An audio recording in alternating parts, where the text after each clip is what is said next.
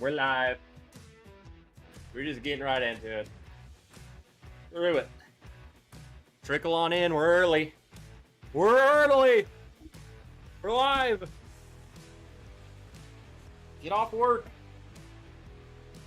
Come on. It's Friday. Cheers. Get on in here. What a week.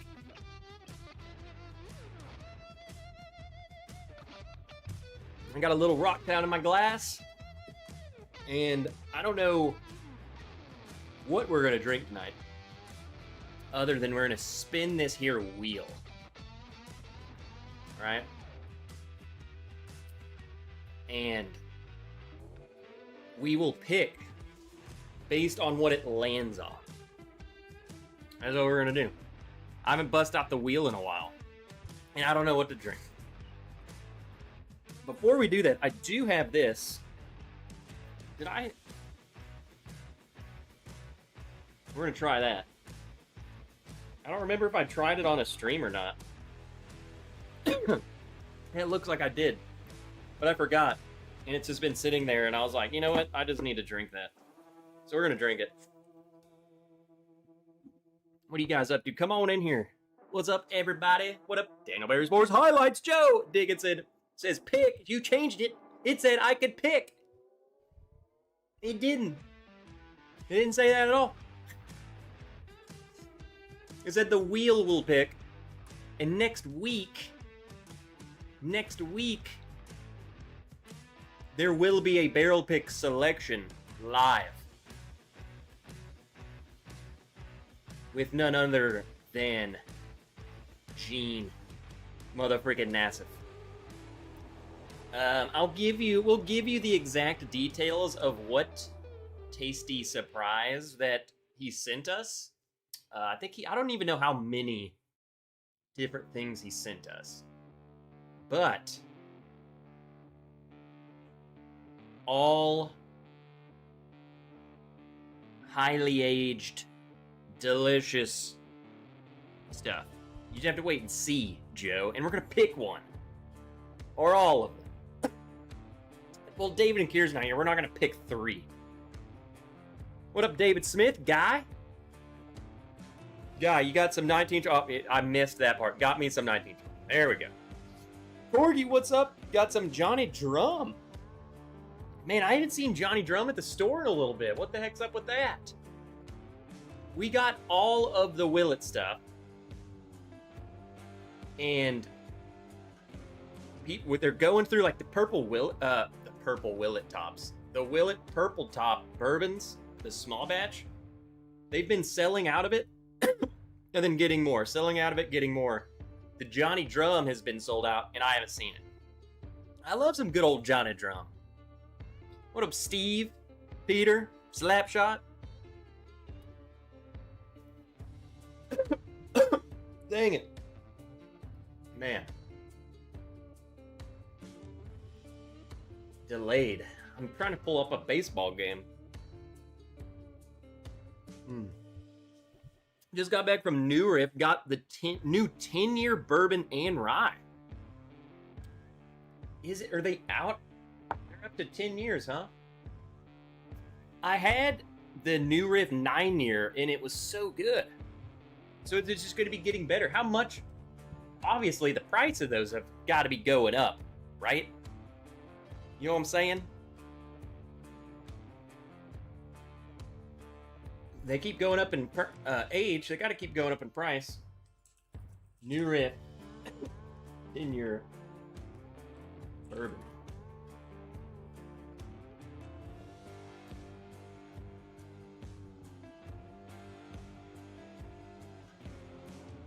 Oh my God. This must be new, huh? Because I had a bottle. James sent me a bottle. It was the it was when it was in that special, it was their special bottle. You could only get it there. Is that what you're talking about? And it's just a new version of that? That was really good. That bottle, freaking delicious. Bill Bullard! Long time. Hope you're doing well. What are you doing? Come on in here and get something to drink. Philip? The X picked up Sagamore 10 and Saints Alley Nobleman Rye for me in Miami.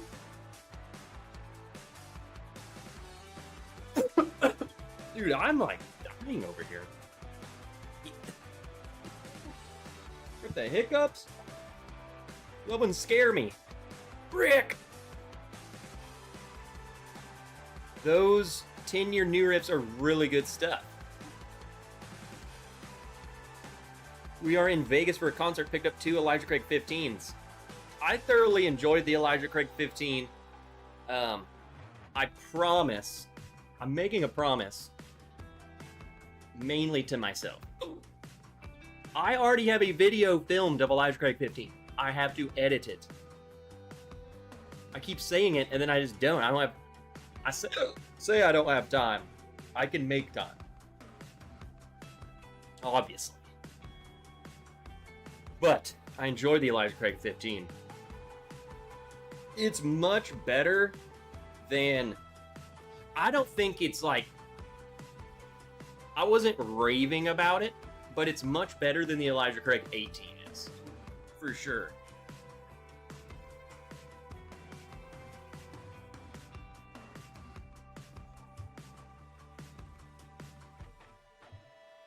Like...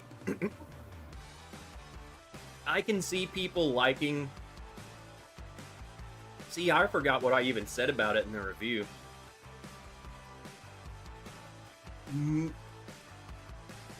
Way more people will like the Elijah Craig 15 over the 18, and it's not even close. They really don't even taste close to each other. So it's not even like a...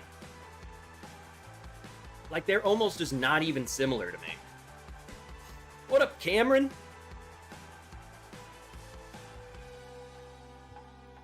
Trev, mother.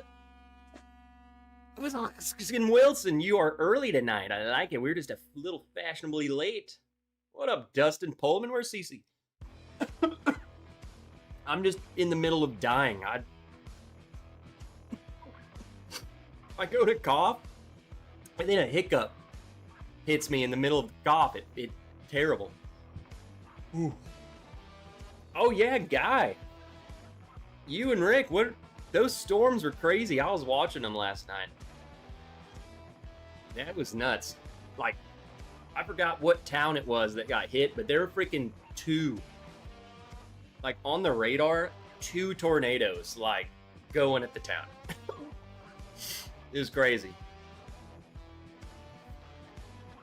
Elijah Craig 15 is way better than the Elijah Craig 18 to me. I concur. What's crazy... Well, I was literally going to say, what's crazy is Knob Creek 21, but that's not even the same brand at all. I'm an idiot. I guess I will say what's crazy is the Knob Creek 21, it isn't even as oaky as Elijah Craig 18 is. So, something with the Elijah Craig 18's just got to change, and I don't know what it is. Maybe they should bump its proof up to what Elijah Craig 15 is. I don't know if that would, that's the solve. But Sol 1792 12 years, $60, and Old Forester 1924, $116 just sitting here. Also, E.H. Taylor, is it single barrel or the small batch? Either way, $50. The 1792 12 year for $60, I would buy. I love that bottle so much. The Old Forester 1924 is a great bottle. Okay, I wouldn't say it's great. It's a good bottle. That's $116. That is crazy. Way too much money. Just stick with the 1920. That should be the price of freaking 1920. And if you want it to be more expensive, then it needs to be $10 more than 1920. And then just go with it.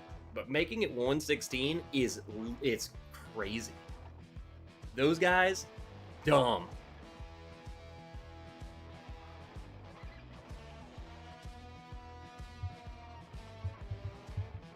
It just doesn't fit at all.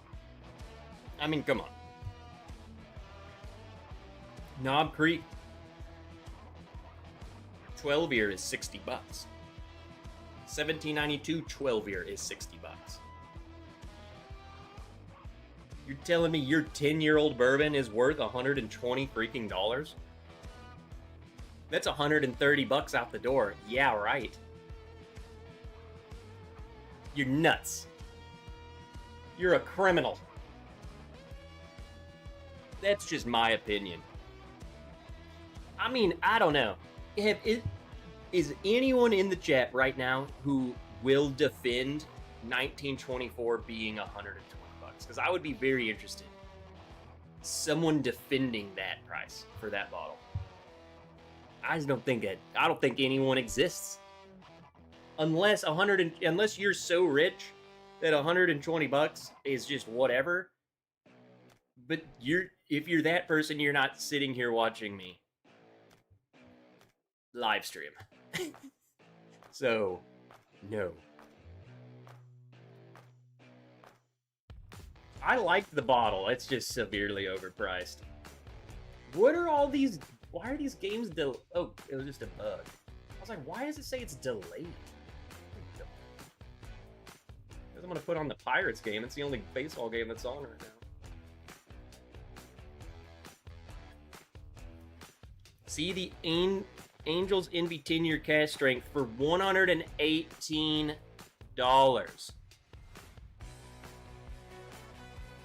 Sheesh. Nerd, you're too early. I'm sober till my ultrasound in 2 weeks.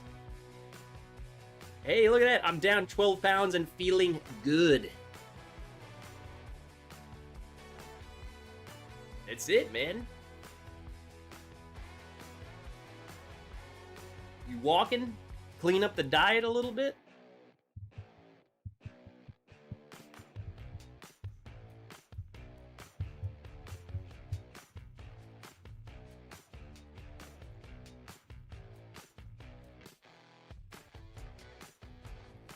I'm just... Angels Envy 10-year cast ring. I'm trying to think if I've had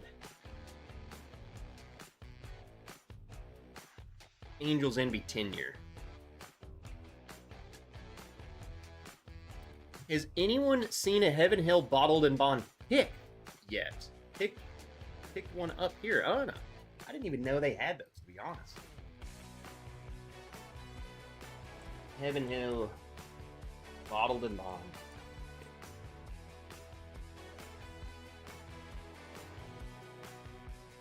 Huh. Would you look at that? Private single barrel. I'm just looking on this website. Sure enough, pick $47.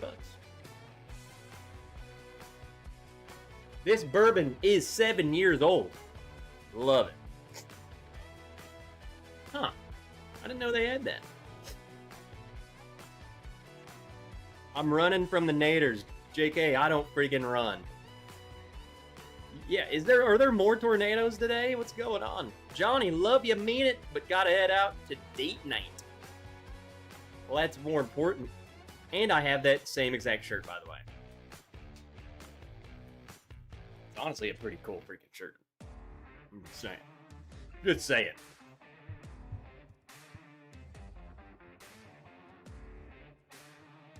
So I'm guessing Rick got damaged, huh? The only thing damaged was the Oriole feeder. Forgot to take it down. Most of the damage was on the west side of town. Electricity flickered a few times, that was it. Well, good. It looked scary, bro. Knock on wood. It's been a pretty uneventful storm season here. Which, I feel like by this time, we've already had 3 or 4 tornado warnings. I think we've had 0. We really haven't even had like a bad, maybe 1 or 2 bad thunderstorms, but it's been a weird... We were in a drought for freaking months. and then it was like 10 days of salt, just nothing but rain, and then now it's just like normal little pop-up thunderstorms and crap. Which there's a chance tomorrow, and I'm supposed to be going to a baseball game tomorrow, so it better not. I'm gonna be pissed. I got a Heaven Hill pick last year. Well, guess what, Rick? Come down here and see what a dry hole this place is. Cameron had 2 small ones around us last weekend. I feel like you guys over there get more than we, like, I feel like the storms go through you guys, and then by the time it's over here, it's just like, either just went a different direction, or it's just rain. You know?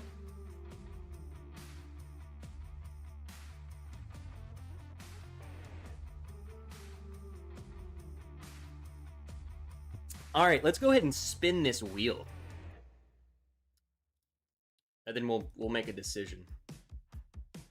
I'm gonna blow this up so I can see what all's on here. I don't remember. What up, Donner Pass? You got to avoid dry holes. What does that say? A finished bourbon. We got to find a finished bourbon. I'm also gonna pick stuff. I'm gonna pick something weird that I don't normally. Where is it?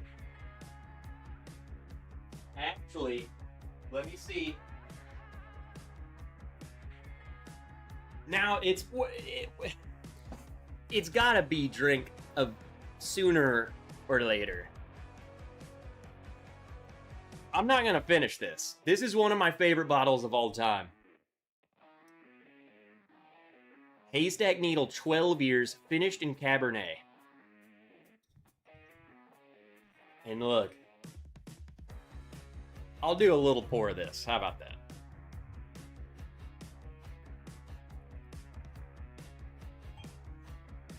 See, that's one more. That's one more pour left in there. Here, we'll just let that sit there. It's so, like, the camera really won't pick it up. There we go.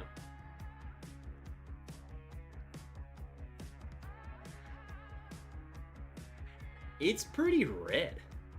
See, it doesn't really show it on the camera. It has a red hue, for sure. This smells good.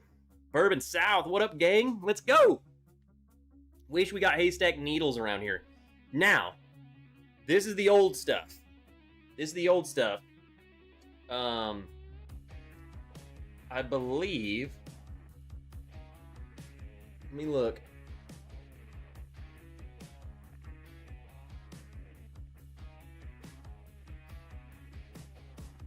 See, that's what's weird.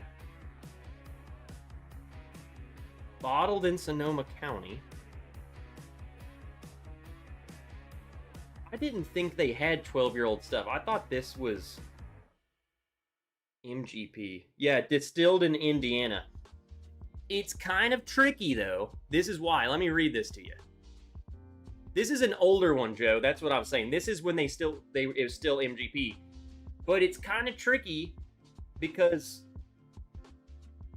they don't mention this at all on the back. But they word it in a way that makes you think it's them. I don't really like that. It says, select lots of 12-year-old bourbon are carefully chosen from our Sonoma County rack house in wine cask finished for additional complexity. So it makes me think of like Smoke Wagon when they were taking like MGP barrels, putting them in their rick house, and then like aging it in Vegas. So it's like, I don't think they bought, a freshly filled barrel of MGP and then left it in their rack house for 12 years. I think they put some bourbon in their rack house. You know what I'm saying? So it's kind of like, that way they can say that they pulled the barrel from their rick house. You see what I'm saying? Kind of tricky, but it doesn't really matter. Anyway, the new ones, here, I kept the empty bottle because I love it. Well, there's actually just like the tiniest little bit. I guess we can try that one next. We'll just finish this bottle. But this is what the haystack needles have gone to. So you can see the difference. And, which is, I mean, this is sick. Look how cool that is. The main difference is the old haystack needles all used to be, you know, like age stated 12 years, 14 years, and then they were usually finished. So finished in a Cabernet. Now it's their stuff. So it's all of their stuff. Aged 8 years. And it's all of theirs, distilled and bottled by Redwood Empire. So they ditched the MGP stuff. It's all their stuff. So it's completely, it's nothing like this. Okay. They are very, very transparent now. I wouldn't say they weren't transparent back then, but I think that wording was definitely like kind of weird. But I mean, look at that. They go all out. The water source, Russian River Aquifer. You know what I'm saying? But this is easily one of the coolest freaking bottles. It's a freaking Redwood. Come on. It just feels thick and girthy. What up, Toasted Goat?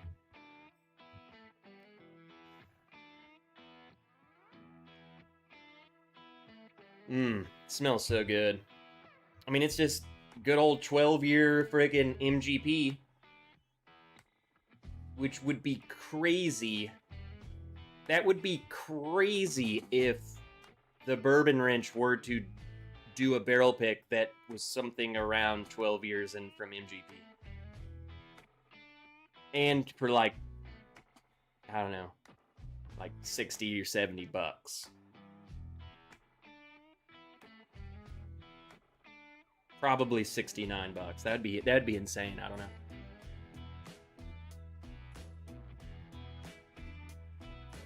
Bulliard. Well, crap. Went to Napa and didn't stop there. I don't think they're in. That's not where they're at, huh?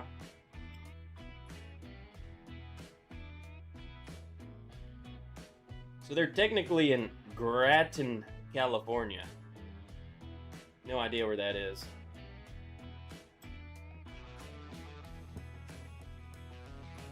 What up, Paulo?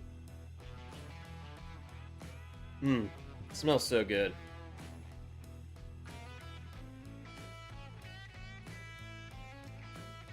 Woo! What's crazy about this bottle is even if this is, you know, MGP, the Cabernet finish almost makes it feel like a freaking Barton. Like, it adds sweetness that I feel like a lot of MGPs don't have. Like that banana-y sweet thing. And it gives it this. So it almost feels like a 12-year-old Barton. And it's musty. Musty. Musty dusty. What up, Jake?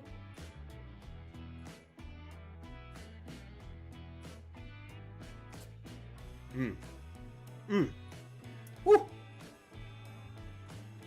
That's what I'm talking about. Dang it, I was just about to look something up. You guys distracted me.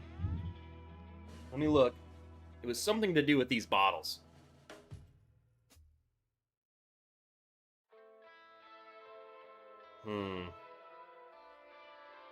Come back to me. Yep, drove right past it. You probably... Did you see Redwood Empire? I was like, yeah, wonder who that is. Kept going. Their stuff's pretty freaking good. Jake! Jake! You gonna test?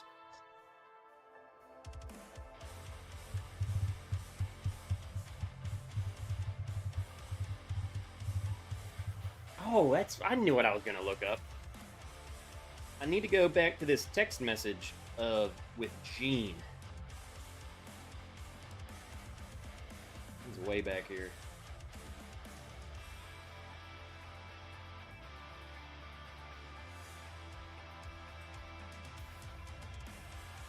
Oh, and by 12 years, I mean 13 years.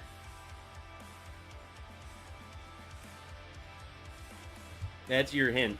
That's your hint for the barrel pick that we'll be doing next week. 13 years, baby. Joe the sample guy. See Jake, yes sir. Redwood Empire's great stuff. Jake's literally the reason why I even got into Redwood Empire. I feel like their stuff's just gonna keep getting better and better too. The older they get, it's just gonna solidify into a beast.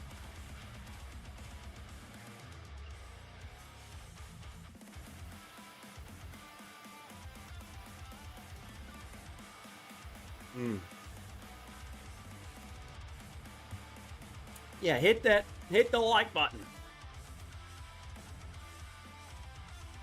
And then pour a drink.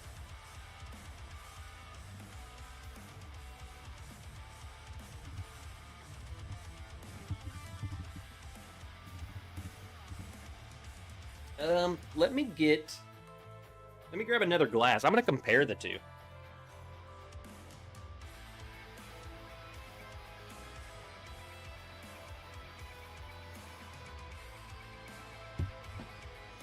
Alright. We'll go ahead and kill this bottle. Has anyone had the pipe dream toasted yet? Jake, have you had it? I don't know if I haven't had any of the toasted. I don't think. 13 here. Well, we all know it ain't Dickel. What up, Travis? No, Travis, this isn't Dickel. It's going to be a Gene Nassif special. And this specific 13... I don't even know what all he sent, to be honest. So I'm just going to preface with that. I know for a fact one of them is a 13-year-old that came from MGP. But you know Gene. He doesn't get a lot, 6 barrels of this 13 MGP and sends you samples of them. It's like, yeah, I'll send you a couple samples of that, but I'm also going to throw in this other thing. And then I have this other barrel. I'm going to throw that in there. And you don't know what's what. So it's like, we might not even select the 13. We might select something completely freaking different. That is how we ended up picking the Armagnac finish freaking barrel. Like, it's because Gene is a psychopath. You know?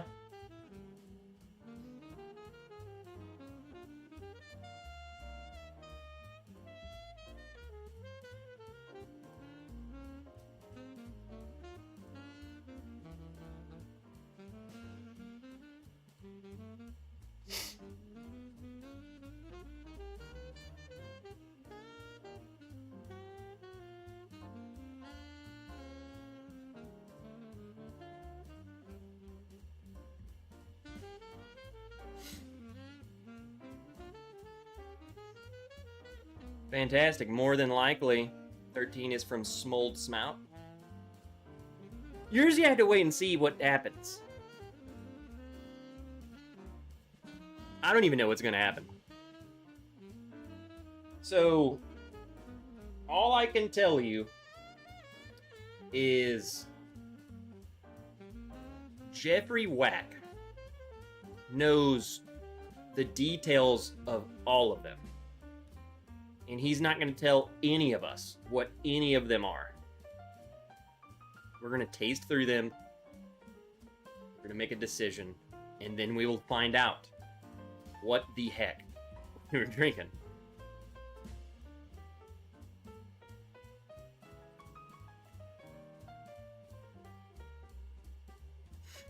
Hey, what up, William All? 007. Cheers all. Cheers to the wrench. I'll be honest. The newer Redwood Empires, they did pretty dang good.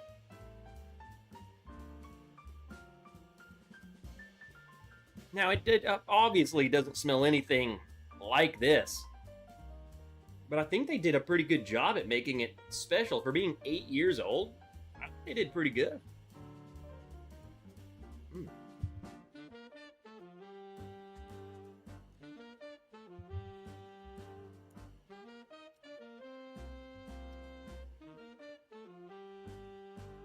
I passed on some of the samples you sent me a while ago after I enjoyed them. My friends were impressed.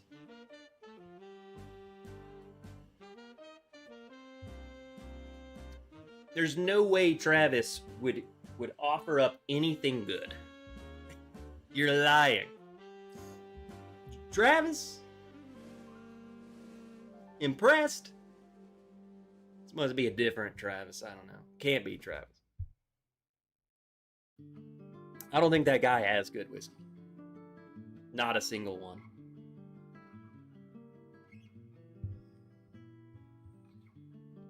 You know, Travis gave me a box of samples, whiskey. They were so bad that they're all gone. Just completely empty. Just no longer exists. Consumed. Hey, what up, William Reynolds?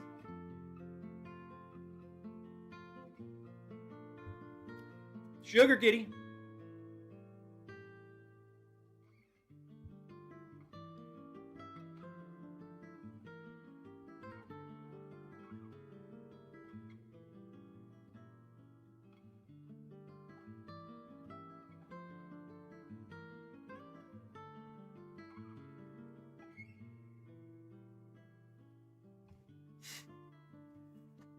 Chocolates. Box of chocolates. You never know what you're gonna get. Yeah, I think them switching over to their new stuff, they did pretty good. I will say, I don't know if it's like, it's 8 years old, and these are like $120. I wish they came down on the price, but it's still a good option.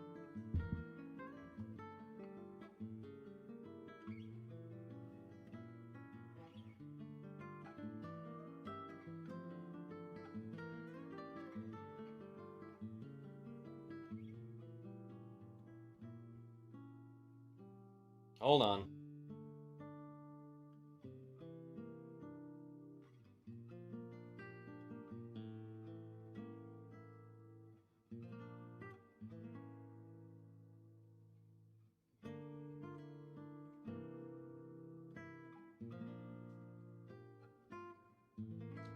All right, we're back.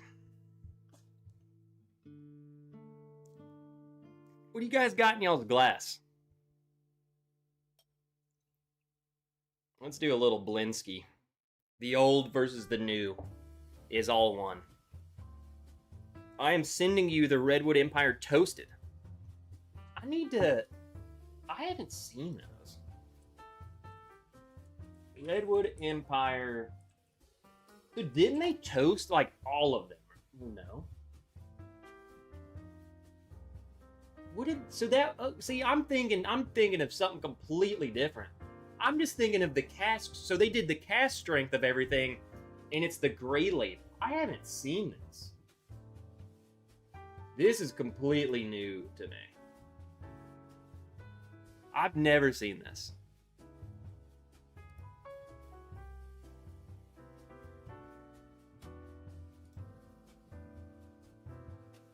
Yeah, this is... I didn't know this was a goddamn thing.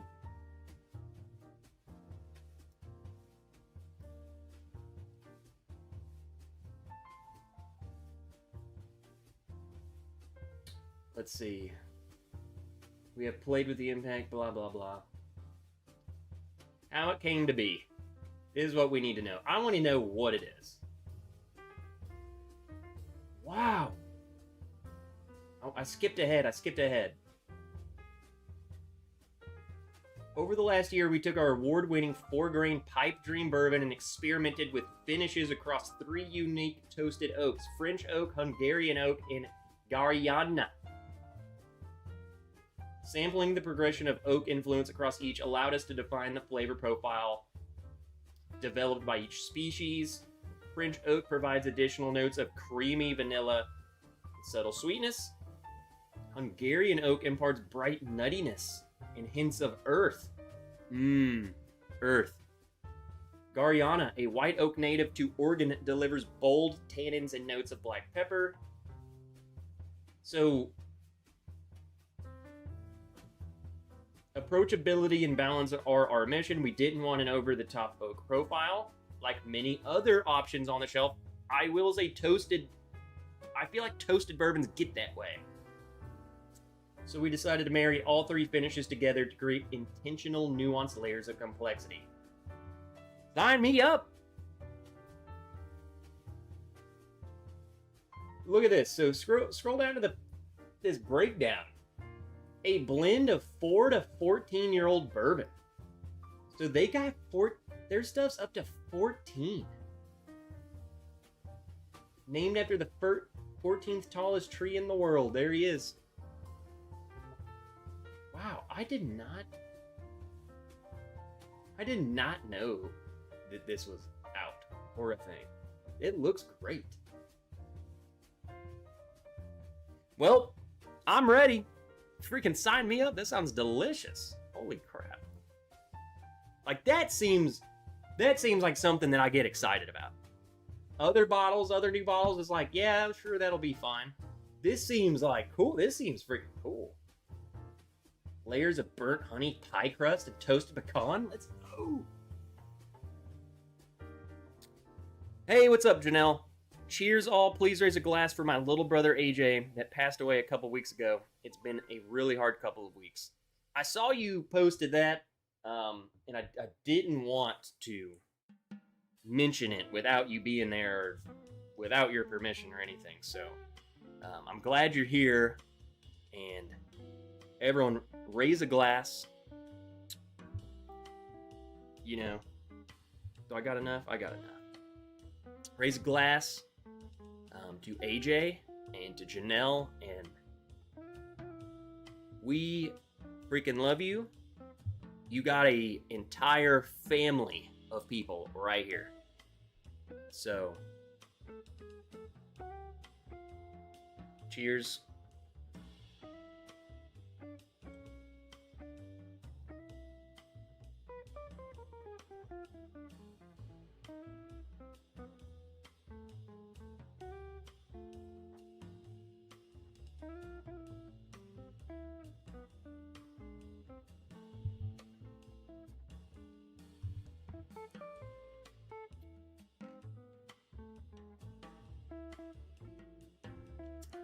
Here's to AJ.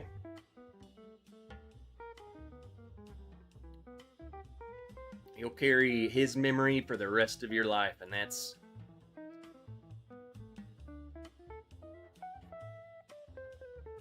It's hard. It's hard. But you got other people with you, so... Never forget that. Lip service crew. Cheers, get on in here. Good luck finding that toasted bottle.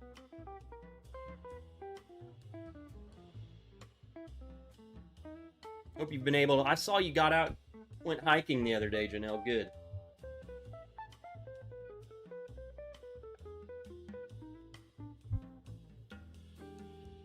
Bottle killing a 2012 Booker's import bottle, 7.5 years. Found it hiding in a cabinet. Like one of your cabinets? He was hiding. It didn't want you to enjoy it. What's next?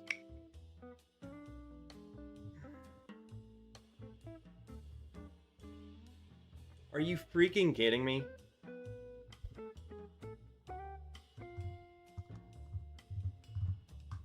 What do I have to do?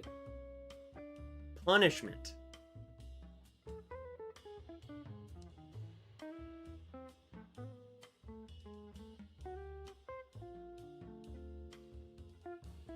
I have some scotch. Can I drink scotch? Or do I have to get something gross?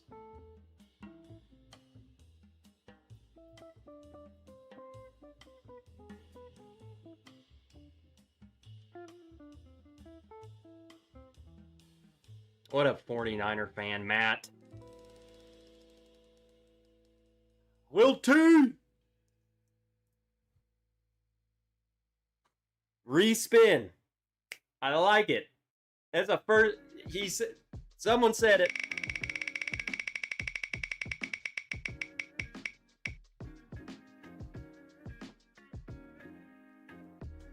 Barrel proof over 130. Let's see.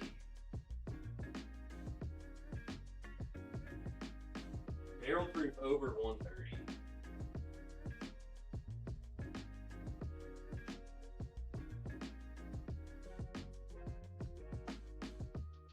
130. 120. Man, I might have to bust out. Like, all of these are like way too high. I don't want no 160.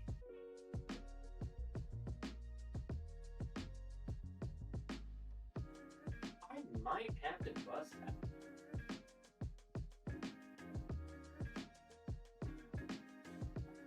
I might have to do it.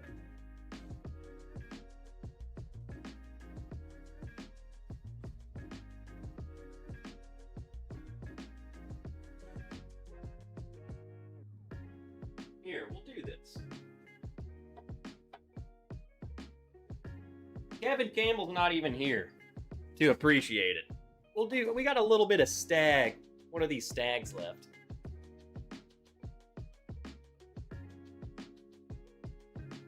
We got a stag. 65.55. This is a really good one. I forgot which batch number this is, but I do remember the 65.55 was one I always enjoyed. Jack Daniel Rye. All of my Jack Daniels are under 130. I almost pulled the Jack Daniel. Oh, that's a bottle kill. Dunzo. I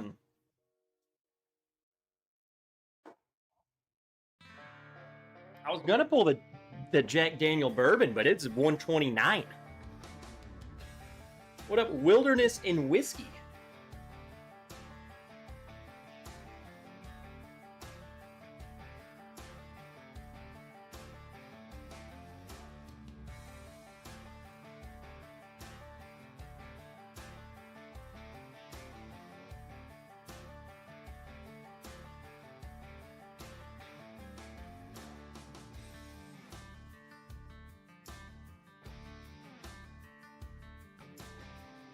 Dave Vogelsong! Stag Batch 15, that's right. I think my favorites, from what I remember, because I've stopped getting Stag. I used to get them, man, 12, 13, 14, 15, 16. And then I got something weird, like 19 or something.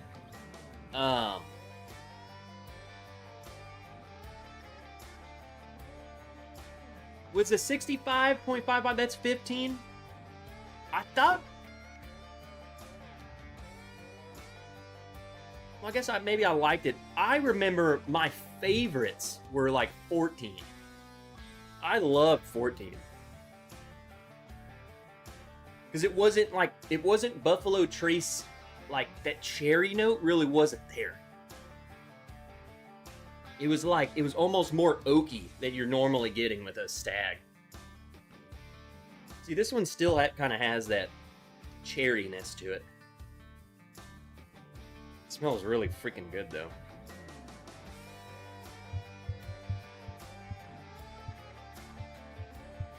I haven't seen a stag like on a shelf in several years. I genuinely think I got 16, and then I got, someone was able to get a stag. It's like, hey Trev, you want to buy this one? And it was like 18 or 19, and then I think someone got me, you know, they went to the letters and all that. I think I got one of the earlier ones of that, but I don't know. I don't even know where they're at anymore. The one I have, the batch 18, that's not the one. That's not the one I just finished. It was the 15 or whatever. I don't think I got the 18. I think it was like 19 or something. And then didn't they start going to I don't know. See, I'm so out of the loop with Stag that I have no freaking clue what they're doing.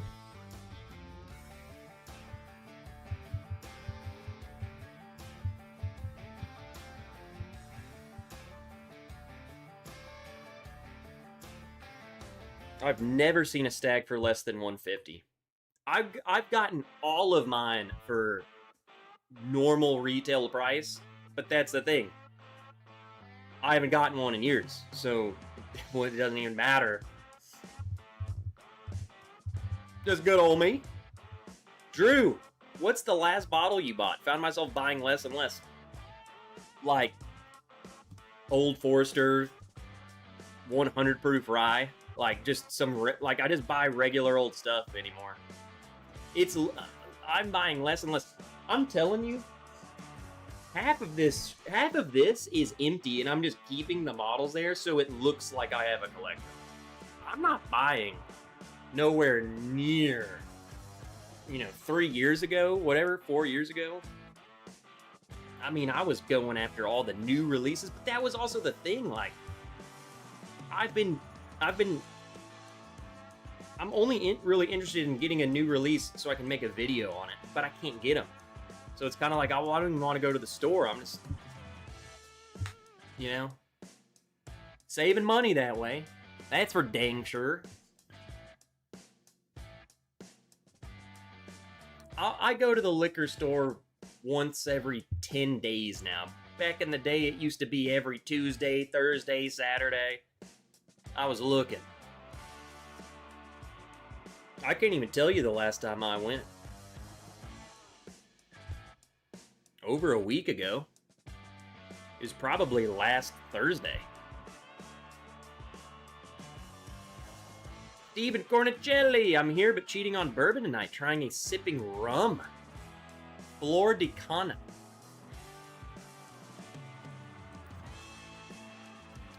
$18. Now this looks serious.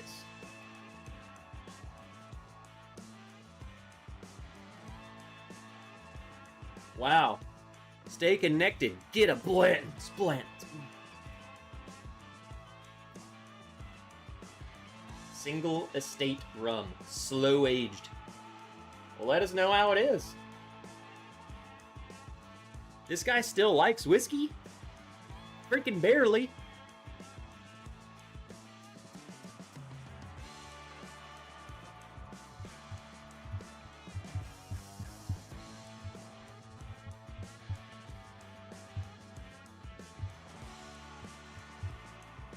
I was on vacation all week. I didn't have to go out of town.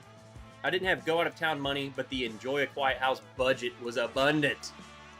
I drank Knob Creek Blenders 01 all week. That's great.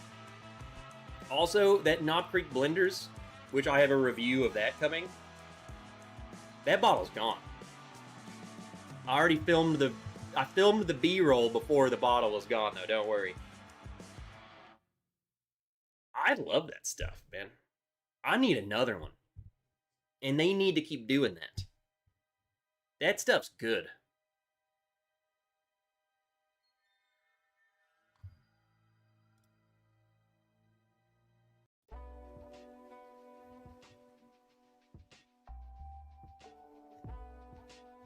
Too easy, sweet, 80 proof, honey raisin molasses, no burn. He says it's too easy.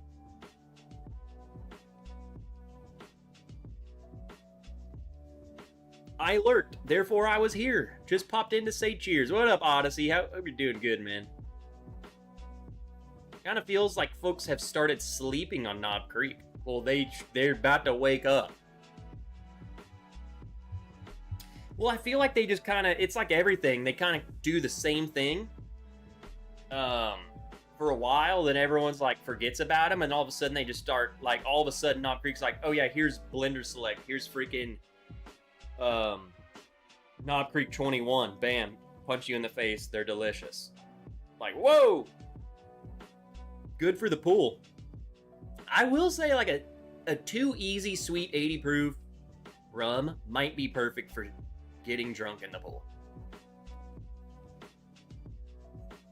Cheers, Rick, Dave, Will, Peter, and the rest of you dude watching weirdos. I just cracked a Razor Sazerac Rye. What the heck is that? What up, Adam Hudson? A Razor? A Razor.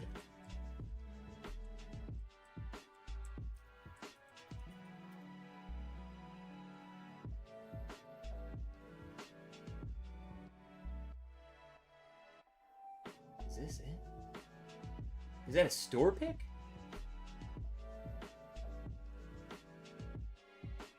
What is this?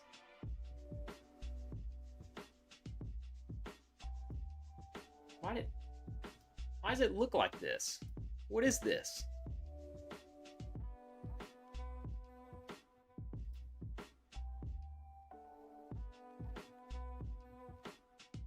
This limited release offering. So it's just... What is that? It is like a special version of it. I think it'd be good. I like it. Yeah, I still haven't even seen this one. I guess there's a foolproof out too. I haven't seen that either. I like Sazerac Rye. Sweet, simple. That'd be good pool whiskey.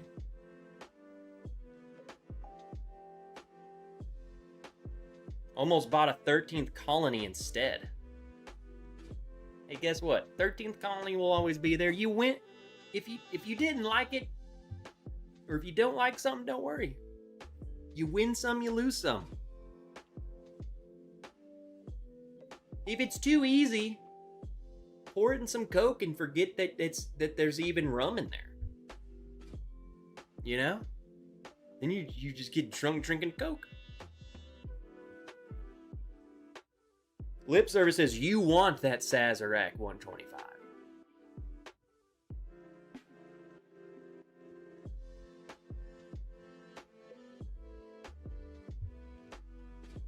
What up, Viper Candy? Made it back to the cabin to join you nerds. We might be camping, but my wife ain't sleeping in no tent. That's welcome to my life. But in my camping, there will be no such camping. It will be a bed and a shower at our disposal. And by our, I mean, I can sleep. I go sleep in a tent.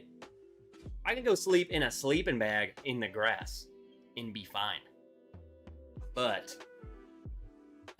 my better half says no. And I say, you know what? That's fine. You know? Well, we get dirty out on the trail, and then we like to come back to an actual building. I don't know, heated floors, hot tub, champagne bottles everywhere. You know what I'm saying? Why do I need to camp? I'll go out and do camping stuff, and then come back at night and be comfortable. I've done that.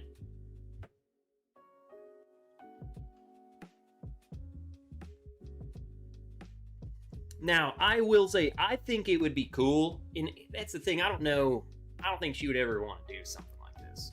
Or I don't think she ever would. I think it would be cool to, like, do, like, a backpacking freaking, like, find you, like, one of those awesome trails, you walk all day, you find the spot, set up the tent, and then you're just out in freaking wilderness, like goddamn glacier over there, freaking, you know, grizzly bears walking by. That would be cool. But then it's like, I don't know. I can see some pretty cool stuff, and then still be back to a lodge or a cabin or a freaking hotel. We did glamping. We have done a glamping experience, and it wasn't that glampy. Here, I think.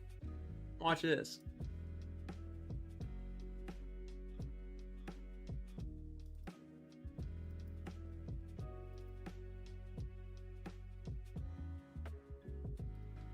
Hold on, I'll show you something.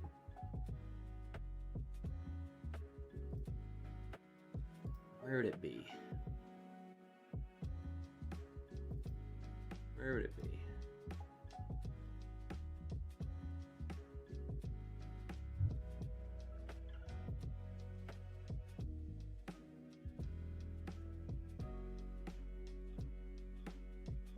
Hold on.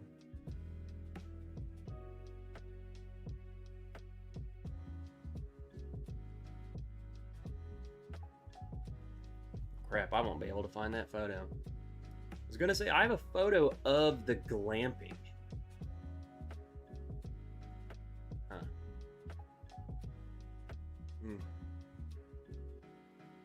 Whatever. Too hard to find right now.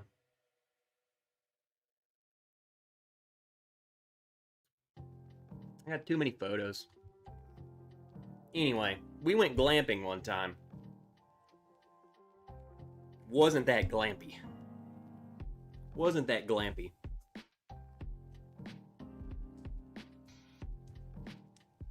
My ex is Cuban, and my daughter's. I think I just jumped in at the random part of that conversation. Nephew's in the Air Force in Wyoming currently. He went to Country Cowboy Distillery, sending home a bottle suit. Never heard of it. No. What we about to find out right now. Country Cowboy.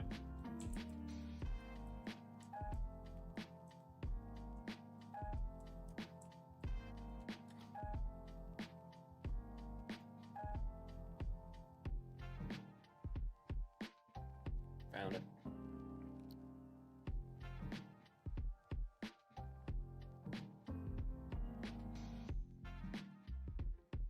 I met up with an old friend last week and had a few Captain Morgans and Coke. You can't beat it. Isn't that called a bivouac? What up, R-Mart? Get on in here. Trev, you are a tough army guy. You know how to rough it. I am a glamping type man. I know how to rough it, and I would, but I'm like, I've been there, done that. I don't want to do that no more. I've told you guys the story. I know I've told this story. I'm gonna tell it. I'm gonna tell it again. I'm gonna tell it again because, you know, I've been there, done it. And this goes way back to basic training. So at the end of your basic training time, you do a field of training exercise. You go out for a week and you live in the woods. Well, there was this makeshift camp, almost like a freaking it was supposed to be like a fob, right? So there's walls around this, I wouldn't even call them walls, but it really wasn't barbed wire either, but it was fake. But it was supposed to be like a barbed wire, huge square in this field, right? And that was the fob. And there were towers and stuff. And then there were tents in the middle. So it was supposed to look like a little base. And in one corner, they were like, okay, you guys are setting up your ponchos in this corner.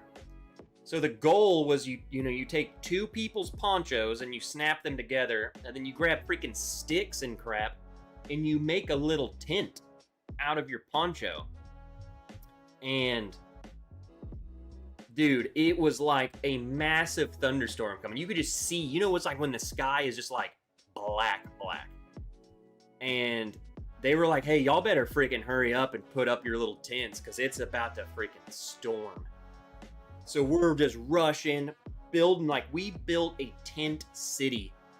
We had drainage ditches, drainage things, like a whole everything. And I'm talking, it looked like a freaking city. And I mean, the tents were perfect. Everything was just amazing, immaculate. And all of a sudden starts lightning and stuff. Well, one of a completely different drill sergeant walks by and he's like, what are you guys doing out here? It's freaking lightning. He says, tear all of this down and go to the tent. And it's one of those huge army tents. He's like, tear all of this down and go up to the tent, you idiots. So we destroy Tent City. We're like, okay, I guess we're sleeping in the big tent. We go running up to the big tent. And the drill sergeants in the tent were like, what are you guys doing in here?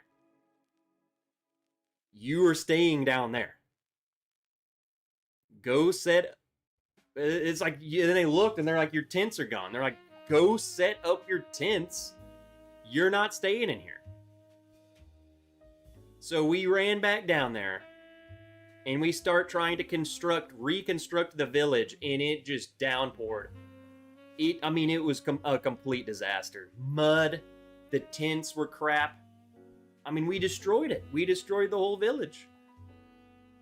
That was the worst night of my life. I was soaking wet, freezing cold. We were sleeping, our sleeping bags were floating from the water was so deep down there. It was like we were floating. I'm surprised someone didn't get freaking trench foot or something. It was ridiculous. It was the most ridiculous thing. That. Obviously, looking back, I'm like, yeah, obviously that was done on purpose. But I'm also like, it made sense at the time because I'm like, dude, this is like a freaking tornado coming. There ain't no way we sleeping under ponchos, right? No, we slept in the ponchos. Yeah, that I will never forget that freaking crap. That was ridiculous.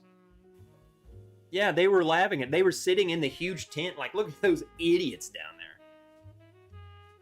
The last time I went to Wine and More, the lady that works there pointed towards the case of E.H. Taylor Blaine's and Eagle Rare up on the shelves. So much inventory. Exactly, because no one, people are burnt out of that crap. What up, Joe? Army burnt me out on camping. I vow to never wake up cold and damp again. Exactly. Why?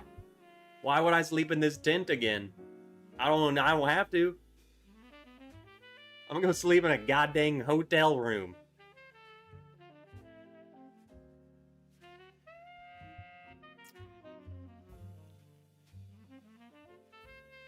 The DI's a huge kick out of torturing us with a gas chamber. I was gonna say I wasn't that bothered by it, but there is video. You remember I played that video on Patreon. I have the DVD. You can clearly see me just snot and crap coming out of my face. But it wasn't as bad as I thought it was gonna be, and I definitely wasn't reacting like some of the people around me were straight freaking out. You thought they were dying. They thought they were dying. You ain't dying. Anyone watching the World Cup? I have no idea anything about the World Cup. I don't know what's.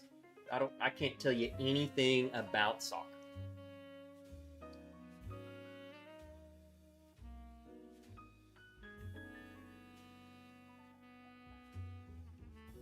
But I can tell you the Braves game is in weather delay.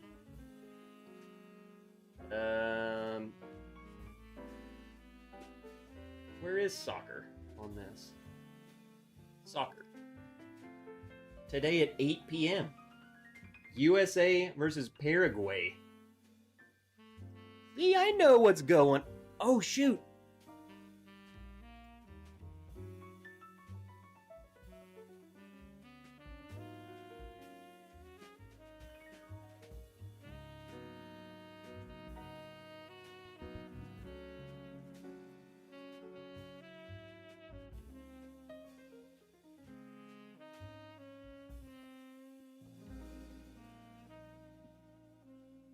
Y'all didn't see nothing. You didn't see exactly where to go to watch sports. That was for entertainment purposes only. Do not go there. That is bad. What up, Scott? Gentry. Larceny Foolproof Store Pick followed by Green River Foolproof Weeded. Hey!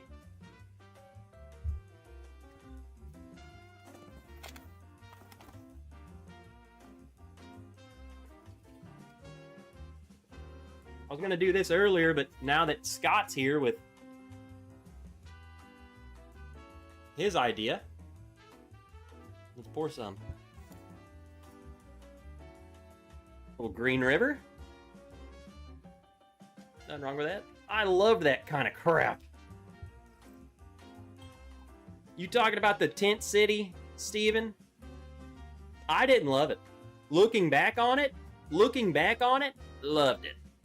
It's hilarious. I'll be honest, if I wasn't a freaking 18-year-old dumb kid who never lived life, I might have been able to pick up on it. Me now, going back through it, I would probably be like, dude, you guys are hilarious. I know exactly what you're freaking doing. Yeah, I'll go and I'll destroy my own tent. You know? Like, I know what y'all are doing, man. At the time, I was so naive. I'm like, yeah, there is lightning. This is totally dangerous. We should definitely be sleeping in the big tent. Let's tear this down.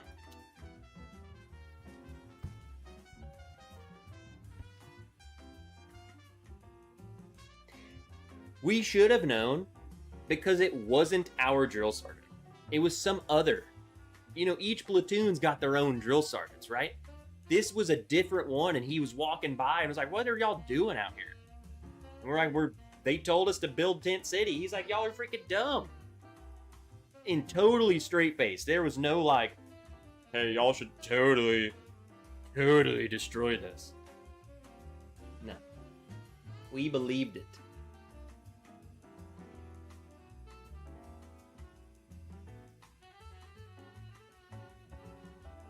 Put on the Padres-Orioles game.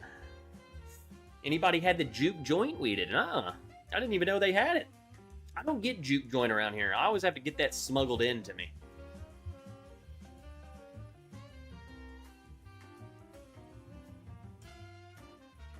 Are you hearing 5 tones in your head? Did you make bit piles of mashed potatoes into sculptures? Have you had strange amounts of sunburn? Sugar Kitty, what is going on?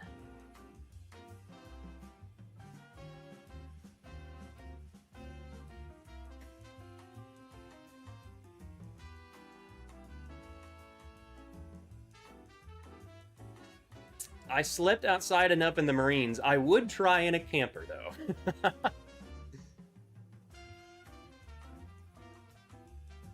Ever try any Crittenden? Hold on, we haven't even checked this out. We're so over the place. We gotta look at Cowboy Country Distilling.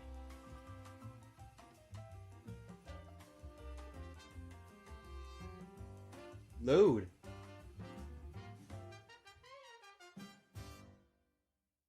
Jalapeno and bacon flavored vodka? What?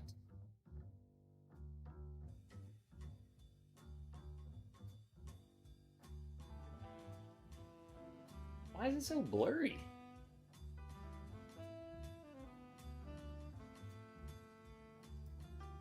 Can't click on anything. Single barrel bourbon. So it's just gonna be a craft distillery out there in Wyoming. I wish I could be right there and drink some of their whiskey though.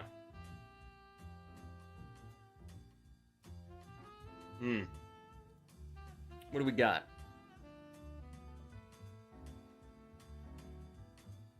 Yet to see crit. So what is it? Crittenden. Crittenden. Toasted pecan.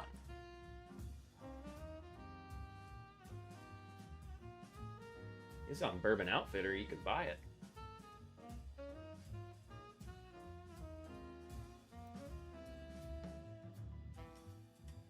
Distilled, aged, and bottled by Crittenden Distillery in Mississippi?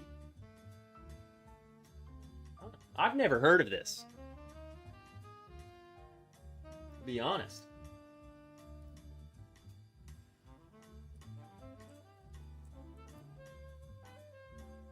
Dang it. Have they not got a website?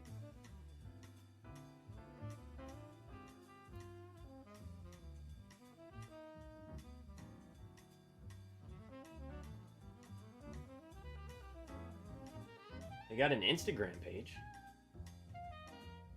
That's weird. They don't got a website. Gosh.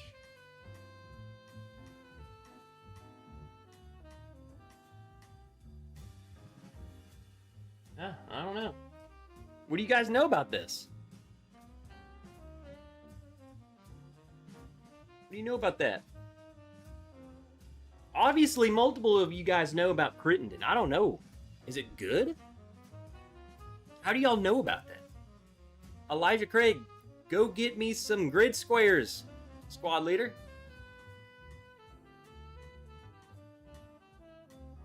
Go get me, I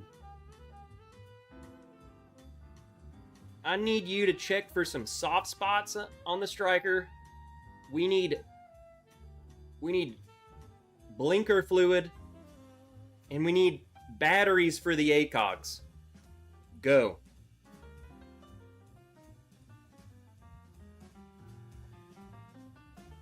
Tiny craft distillery in Mississippi. Bruzel loves him. Only available in Mississippi and Alabama.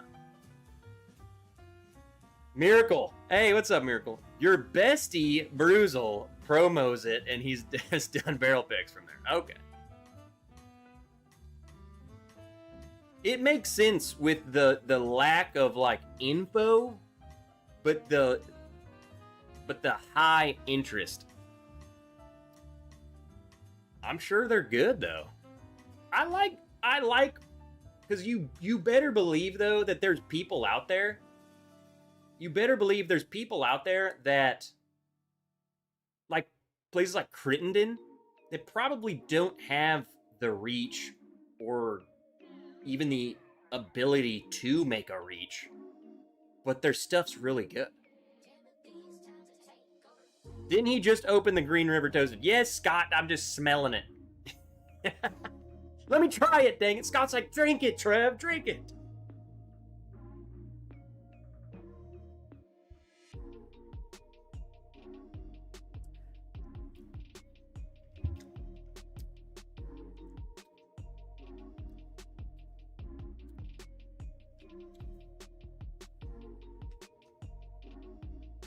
You know?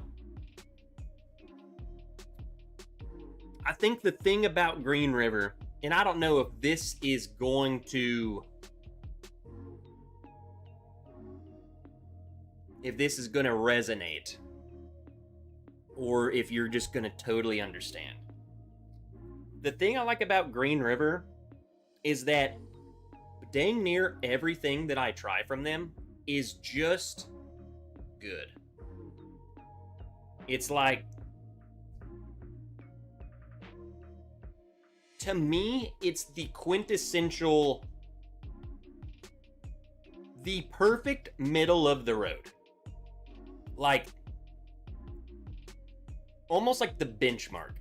If you're if you're putting out new products or you're a craft distillery or if you're insert anything, if you can't be in any way better than a Green River, then you might need to reevaluate. You know what I'm saying?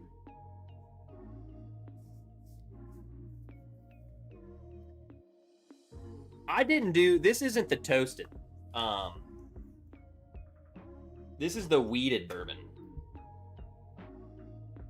Foolproof wheated is the one I had. It's just, and this is just good. It's like, it's not the best thing I've ever had by any means, but it's like,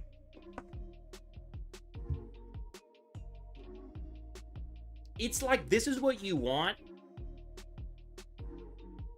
your like daily pours to be. This is what you want. And Green River's very fair priced. I want to spend $40 and get freaking something that's just good that I can enjoy no matter what. I don't know what to drink. I can grab the Green River. I'm going to enjoy it. I'm going to go outside by the fire. I can grab a Green River. I'm going to enjoy it. My friends are coming over. They want to try some of my stuff. I'll pour you a glass of Green River with me. We both going to enjoy it. I'm not going to waste my good stuff on you because you ain't going to know a difference. Green River. It's just simply good. I will agree. There are certain Larceny barrel proofs that I think are leaps and bounds beyond this. And then there's a couple of them that are like, I don't know. I feel like Green River is just like your solid state. It's going to be good every time. It's the safer option. It's safe. Green River's safe. Maybe that's the word I'm looking for. It's just safe, good. There's nothing, it's not like, oh my God, they really went out of the way with this Green River wheated. No, it's just a wheated version of their stuff. And if you like their stuff, you're going to like this.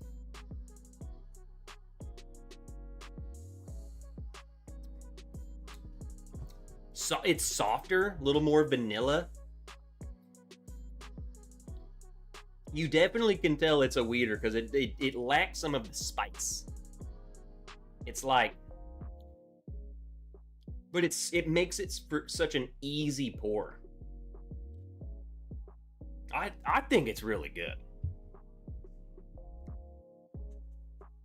It's like that. It's okay. I think Green River's more than okay. That's why I'm trying to I don't want to say middle of the road. To me, it's slightly above middle of the road. It's slightly more than okay. It's a solid, just everything they put out, I feel like is just a freaking B+. You know what I'm saying? It ain't you ain't an A+ student, but I'm totally happy with you. For the price, great. Hey honey, how was the sex last night? Yeah, it was okay. Which means, yeah, I mean, you got the job done. we both got what we wanted, right? It's fine. It's great. It's okay.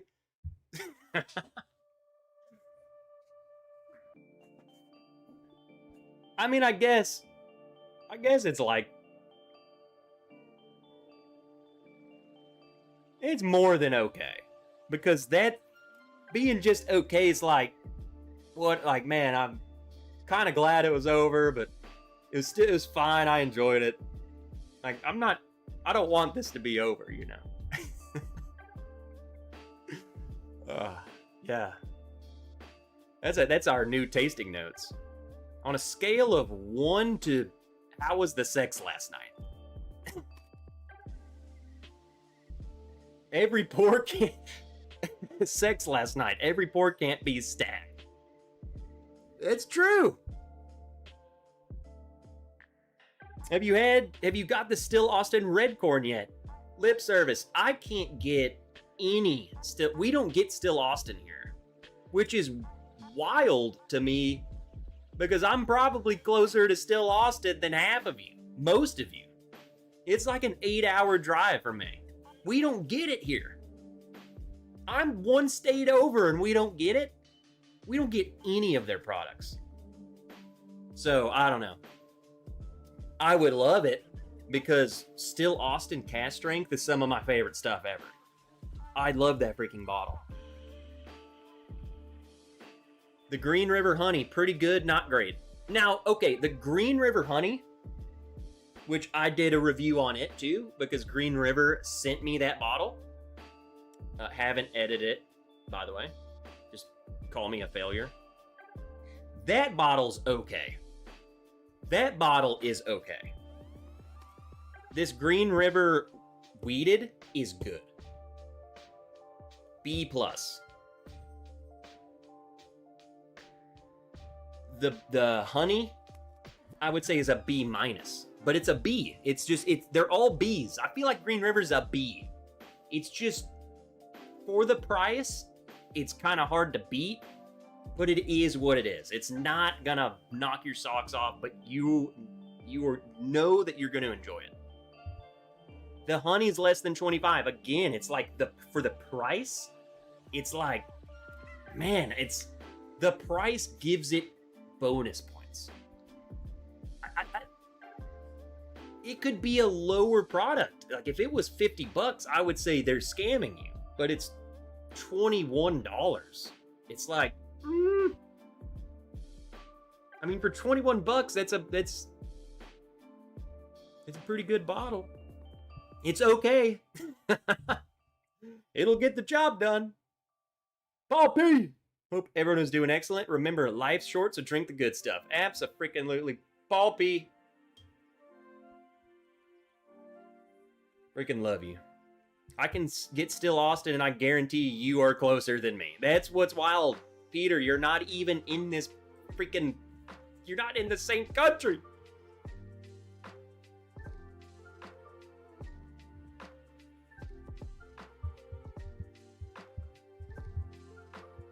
James Lay says, if this is going to get back on the normal, I'll start being here on time.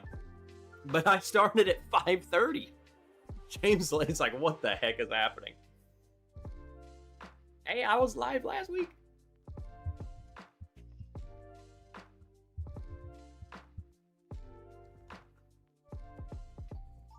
We started early tonight, James. And I blame you.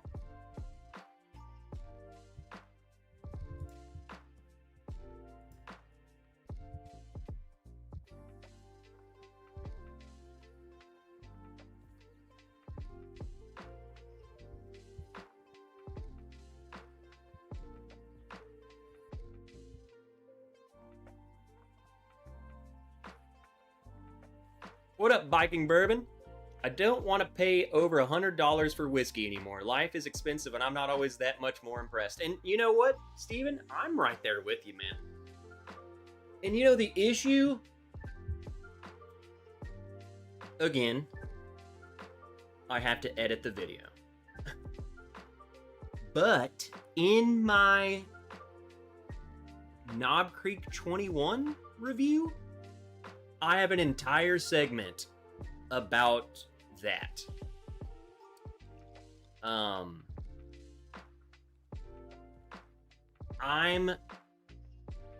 to the point where I can recognize, like, this bottle is so good. It tastes freaking delicious. But I can also say I can't pay $250 for a bottle of bourbon anymore. Nor do I want to. So, it's like, man, I'm glad I can taste this. It's just, to me, what I'm tasting, I think in a bourbon, from the bourbon world, even Knob Creek 21 at 185, it's like, in the bourbon world, it's like, yeah, that's worth it. 185 for Knob Creek 21 is almost a steal. But it's also like, you got to realize when I say that, in Trev's world, to me, it's not worth. I can't spending $185 on anything is kind of like, and I'm not gonna do that on a bottle of whiskey anymore. It's kind of like I'm not gonna do it, you know. But that's why I give both sides. In a bourbon aspect, in the bourbon market, it's worth it for the price. But if you are like me, then there's no way I would go and do that. Try it at a bar, or just go and buy a Knob Creek 12 and pretend.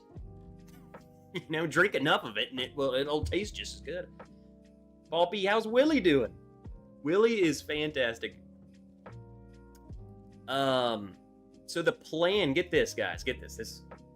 I will definitely be posting photos and videos over on Patreon tomorrow. The plan tomorrow is we're going to a baseball game. Get this. This is going to be the best thing ever. Willow gets to go. She gets to go to the ballpark. She gets to watch the game. Drink some beer with me. At the end of the game, it's dogs run the bases.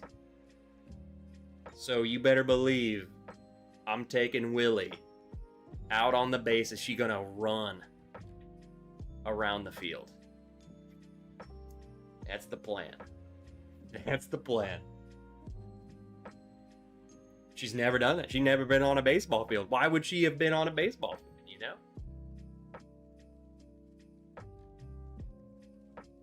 That sounds like awesome dog chaos. So we have the local team here, they have a dog.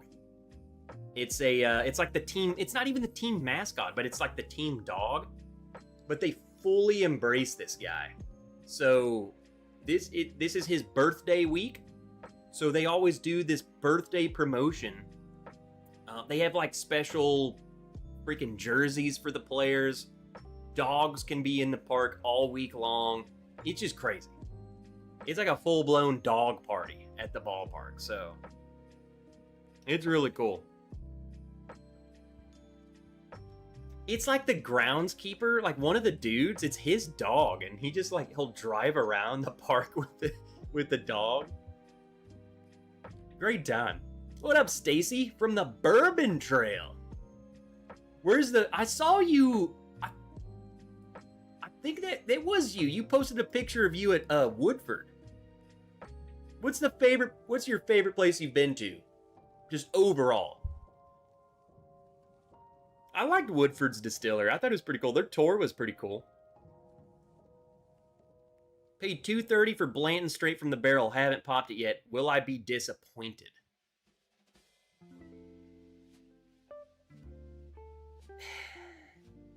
Here's the thing. The things, when you spend that kind of money on bottles, especially when that's not the price for them, right? So like a Knob Creek, it retails for $200 whatever dollars. That's one thing. Then on the other hand, when straight from the barrel is what, like, it's supposed to be like $80 or something. If you like, it's like a European thing, right? 80 euros or something, I don't know. So when you pay $2.30, or you pay more for a bottle that's normally supposed to be cheaper, I think you have different expectations for it. Regardless of if you spend $200 for Knob Creek 21 or $2.30 for a straight from the barrel, the whiskey inside is going to taste good. It's $189 in the US. See, I didn't know that. It's definitely not that. It wasn't back in the day. When straight from the barrel was like European market only, it wasn't. No, it's not $189. I think they did that. They put that MSRP on purpose because the U.S. market was going to buy the crap out of it. The whiskey inside will be good. I've tried straight from the barrel. It's been several years. But I remember me personally, when I tried it, said, all Blantons should taste like this. This is what... The hype around Blantons, I never understood. And then when I tried it, I was like, I feel like this is what people should be putting the hype behind. I really liked that bottle. I think it's really good. So now, are you gonna be like, dude, I'm so glad I spent $230 on this? I wouldn't do that, but I think you're gonna enjoy what you got.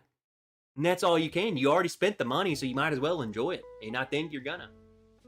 David Goldman! Now there's a dude's dude. Yo, Trev, what's up? Just hanging here with Mike Hum.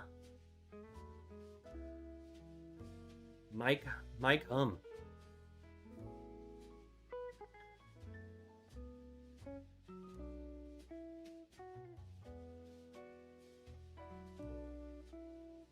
Mike Hunt?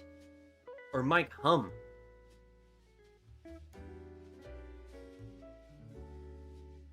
I don't know, Mike Hum. Mike Hum. He's a world famous dentist.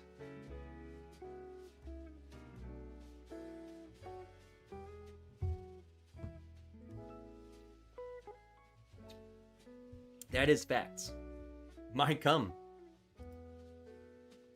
That's no, he's not. David Goldman would never talk about that, Steven. He's hanging out with Mike Hum. Has anyone else noticed a surge in Blanton gold picks? See, there's Blanton gold picks? Frick, dude.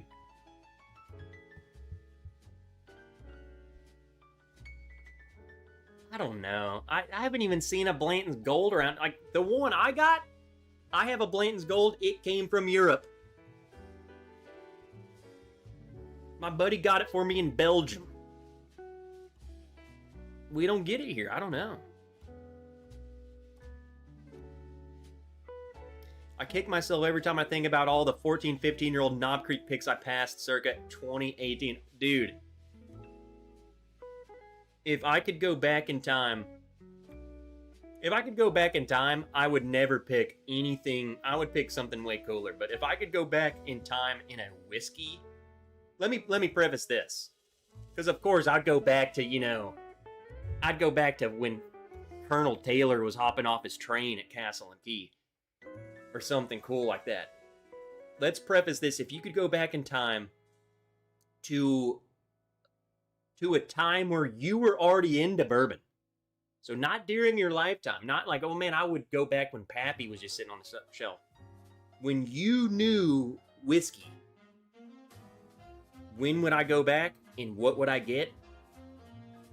It's not even a question. 100%. I would go back to that. Those Knob Creek 15-year-old picks for like $40. They were 15 years old. Some of the best things I would buy. I wouldn't have any of this. It would just be nothing but Knob Creek. I would buy hundreds of them. Hundreds. Let's change the SLB background music.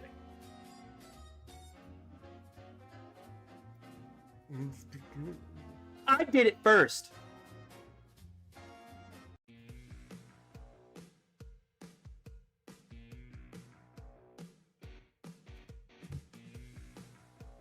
What is this?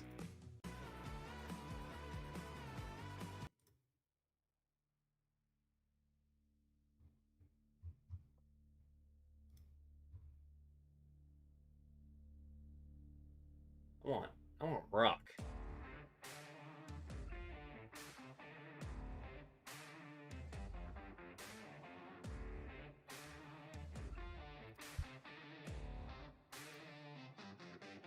the pound for pound king of bourbon is Knob Creek 12, $60. I would probably agree. Actually seeing tons of Larceny Barrel Proof and ECBP sitting on the shelves now. They never lasted long a year ago. Weller Antique started to pop up too. Really? See, that's wild. Like, even Weller, it's like the Knob Creek 12 the Larceny Barrel Proof and ECBP. I've seen the Larceny Barrel Proof been sitting. Honestly, both of Larceny and ECBP. We don't even get Weller Antique here. So I feel like that one to me is telling. Craven Moorhead. Yes, I am. Holding out for the Knob Creek 12 cast strength banger bottle. I collected and sent away my Blanton's bottle toppers to be mounted. Oh, you did that? Are you waiting? Do they actually do that?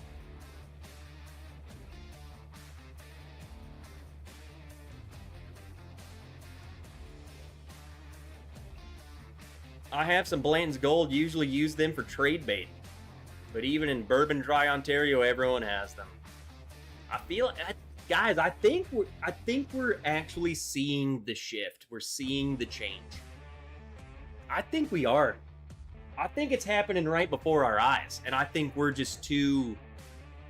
I think we're not, because we've been saying this for years and years and years. It's like, yeah, we've said this, and it's not gonna happen. I think we're finally like, dude, I think that might be happening right now. We are in it. We are in the shift. We are already in it. And it's just becoming evident. Right?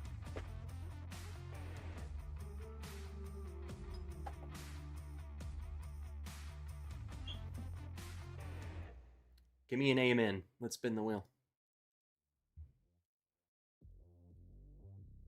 Let's spin the wheel. Thank you.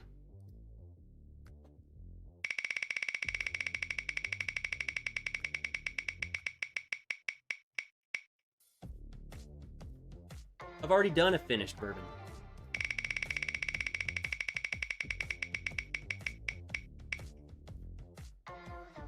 What does that say? What is that?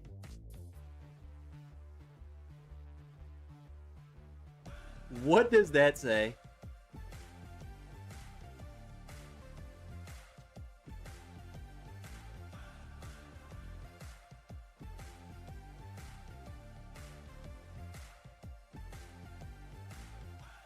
A bottle I never drink?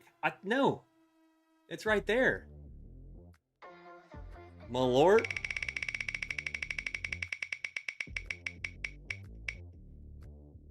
Heaven Hill. We got to do Heaven Hill.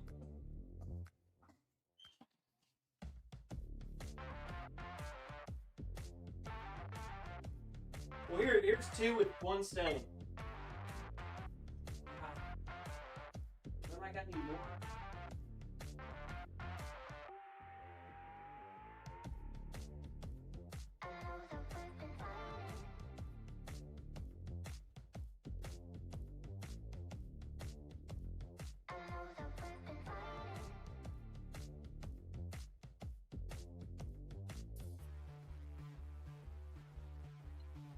Why not?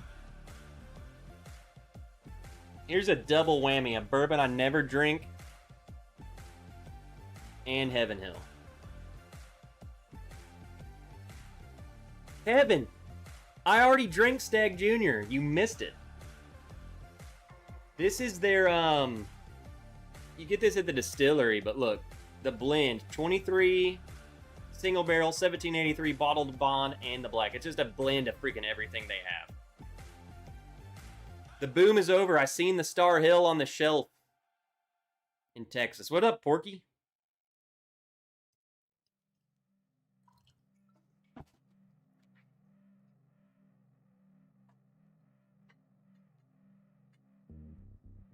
I just think, I mean, here's the thing, what people don't realize. There's only so much you can freaking do to be different and release different things.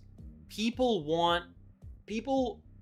we're always chasing the, oh, well, it's 15, it's 12, it's like, it's 130. It's like they're chasing all of these things, but then they start realizing, like, man, this kind of tasted like this, and it kind of tasted like that, and it's like, I'm sick of spending $400 here, $200 there.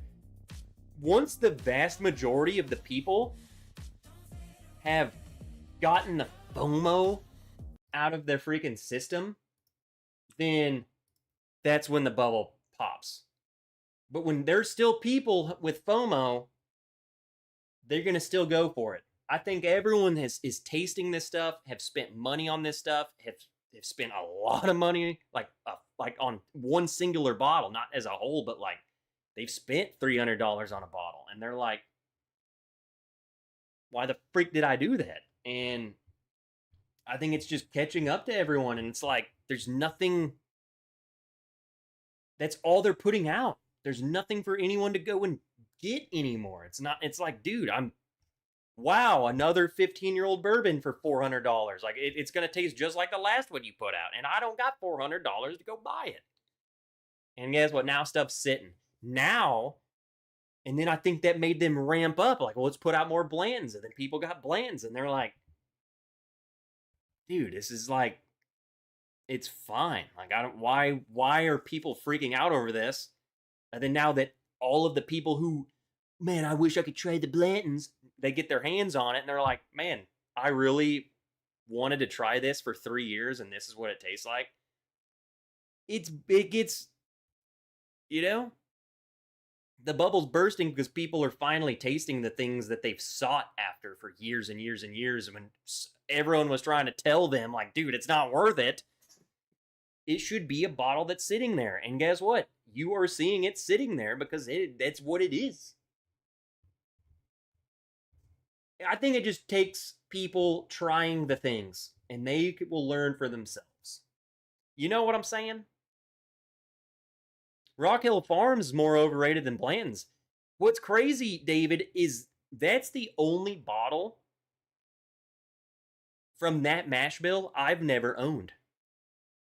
I've never even seen it.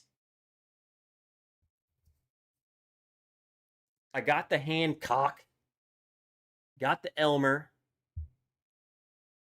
got the Blantons. I got everything else. I think Rock Hill Farms might be the one of the, outside of B-Tac and crap, that's like the one bottle from that freaking company I have never had. It is, I don't know. But that's the thing, I'm also like I don't really care to like get one. You know what I'm saying? It's like by this point, I'm like, well, that ship's done sailed. I don't give a crap anymore. Like, it would be cool, I guess, to complete the collection, but it's like, why? At this point, why? If I can get one for normal price, I would do it. Just to complete the collection. At this point in time, absolutely.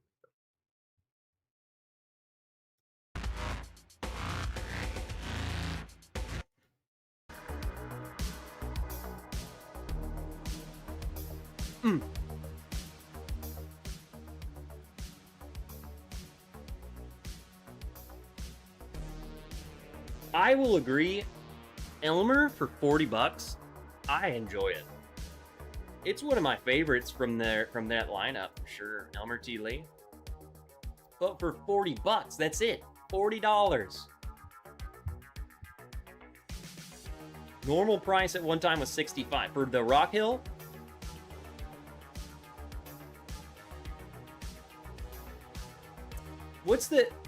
is it 100 proof? Is that the highest proof out of the mash bill too, right?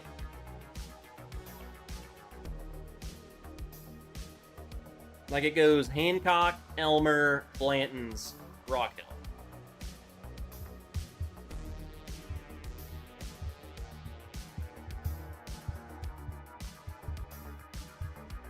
Love Old Forester 1920 and barrel proof picks. Absolutely. I even love the Old Forester 100 proof picks more than the barrel proof picks. And I said what I said. I said what I said. Third glass switched from rum to Henry McKenna, then back to the rum and didn't even notice until I thought about it. Either A, you're drunk. It hit you harder than you thought. Or you actually do like the rum.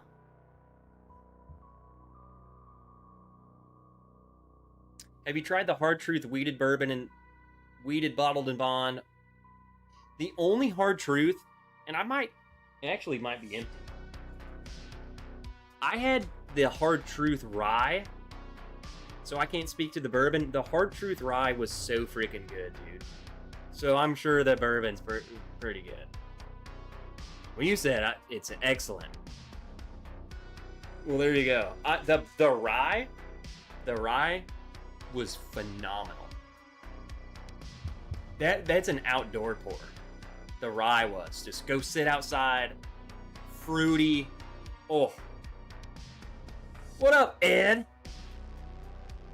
What you got in your glass? And what you barbecuing right now? What's on the agenda this weekend? I'm sure you're smoking some sort of butt. Some big butt.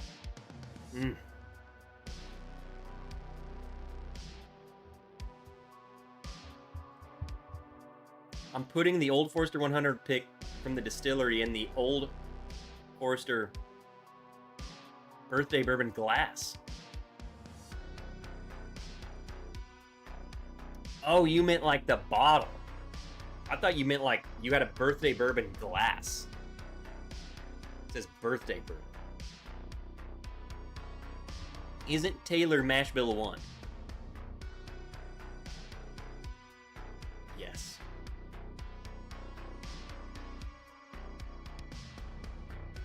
Yes. Yes.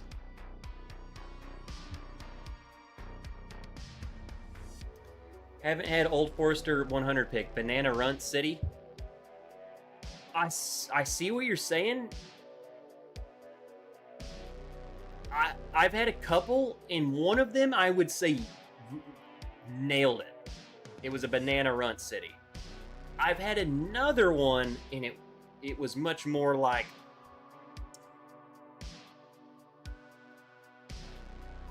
Okay, let me put it this way. The first Old Forester 86, I feel like is super banana. That's like banana runts to me. I feel like the normal Old Forester 100 proof, like the Shelfer $20 one, I don't get as much banana on it.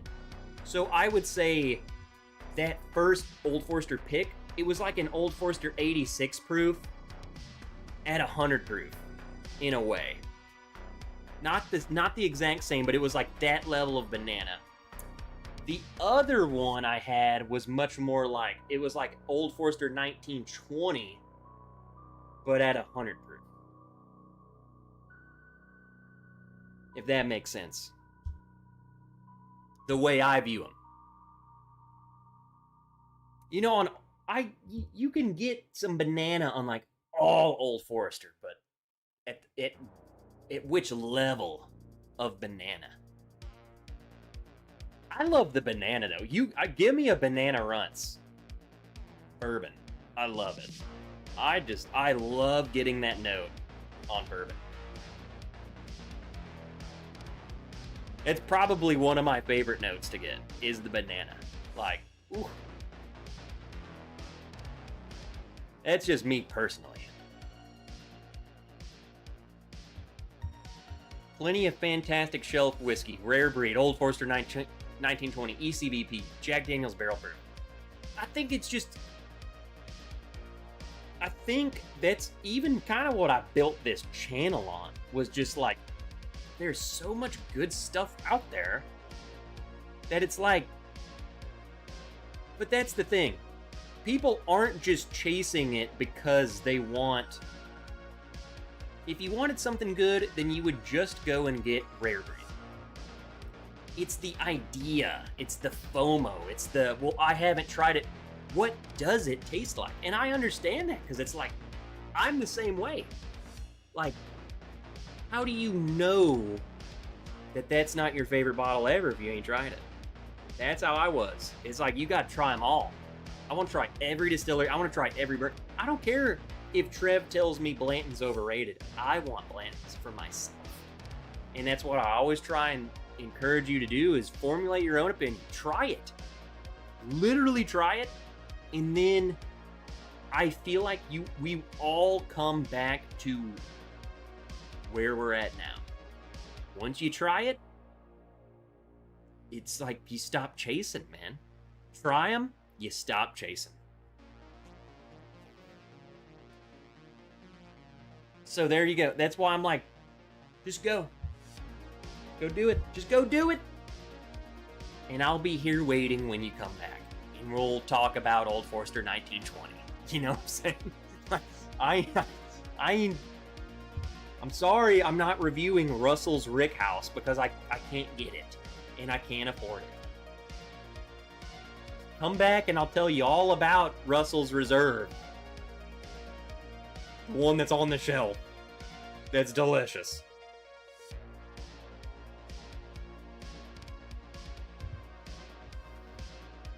Great, agreed. Great banana on my Jack 10. Which one do you got, Scott? Is it like the latest batch or what? Paul P, speaking of banana, drinking some Jack Daniel single barrel proof right now. Some of those, you get banana for days. For sure. Shoot, you know what's wild, man? And I'm sure you guys, well, I don't know. Maybe you don't have as good of a memory. Maybe you drink a lot more than I have. I can, like, look back on certain like Jack Daniel's single barrels that I've had, and I can still remember how different they tasted. I used to have some bottles back, some of you guys were there, back when I was the wrench, when I was modding every night of the week. Dude, I could vividly remember I had 2 bottles of Jack Daniel's single barrel proof, and that's like all I would drink the whole week. And they were like so different from each other, but it was like I could remember, like, this one was like freaking like a banana split, and then this other one was like a banana Foster. And I just thought that was the coolest thing, because I was like, how do you? I was like, I finally understand. It's like when you ride a bike for the first time. It's like, how was I falling down all the time? I understand this now. It's like, I can taste the difference. I understand what I'm tasting. Like, I can tell the banana on this one. I can tell the banana on this one. It was wild. Steve, you were there. It was like a light bulb moment of, I think I understand the differences now. What did Ed say? Because we all talking about smoking butts now. Cooking 2 briskets, 2 pork butts, 8 racked pork ribs, 3 tri-tips, 30 chicken thighs, 7 moniker balls, 40 bacon wrapped.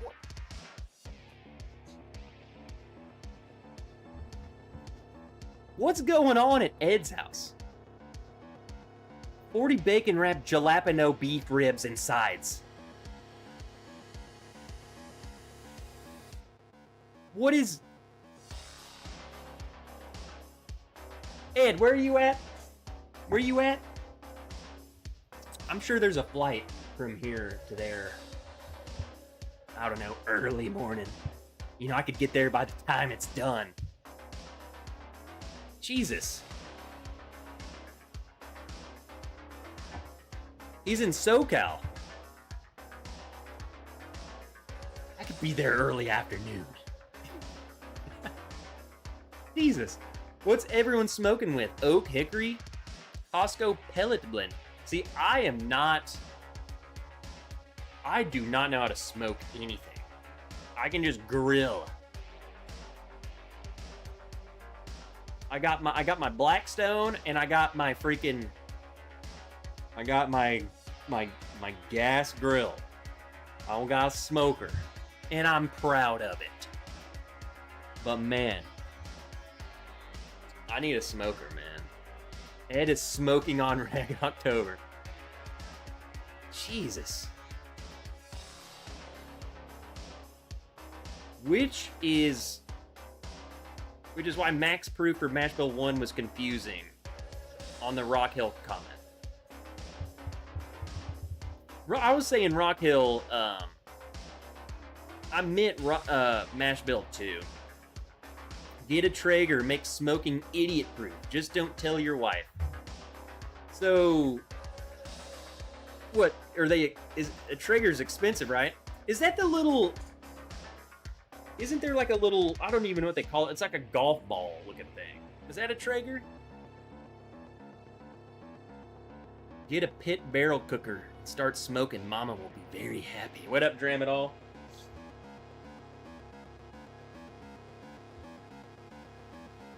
That's a green egg. So I think that's what Dan got. Dan got a green egg.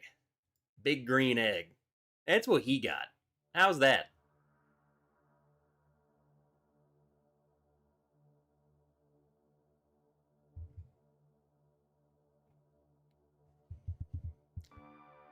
Smoke a pole?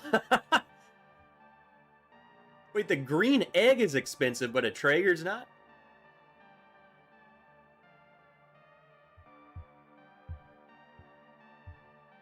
Get a Traeger. I'm a shareholder.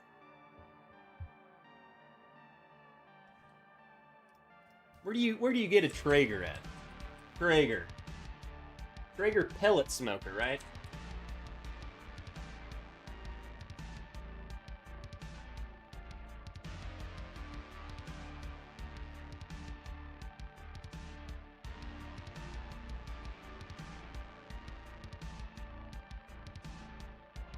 Look at that.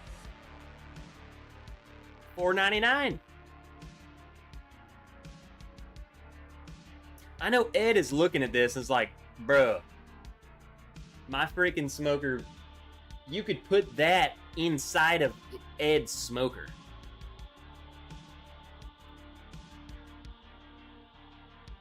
$150 off. They got me sold already. I'm pretty sure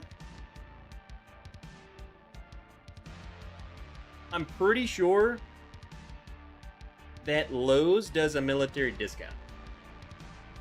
And if they do something, because I got my lawnmower for like $200 off because of a military thing. I kind of cheesed the system, but I got it. See, I mean, look at that. Home Depot, Traeger, $500. See, I don't need this. This is Ed. Low and slow. What up, Fly Fisher? Pit Boss works too.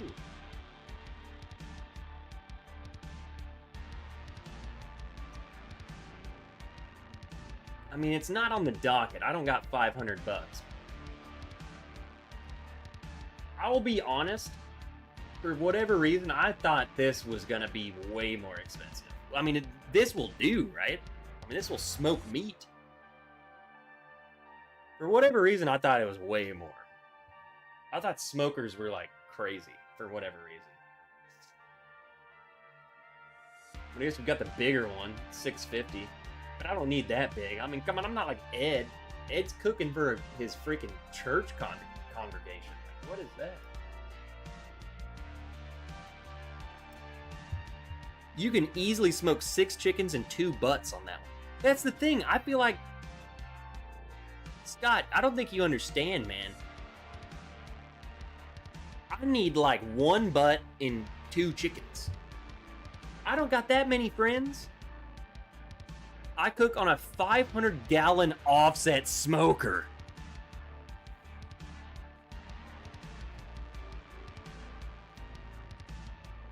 AKA... Ed knows what he's doing.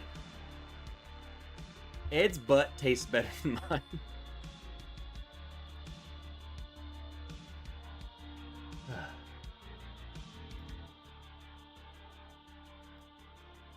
Said what I said.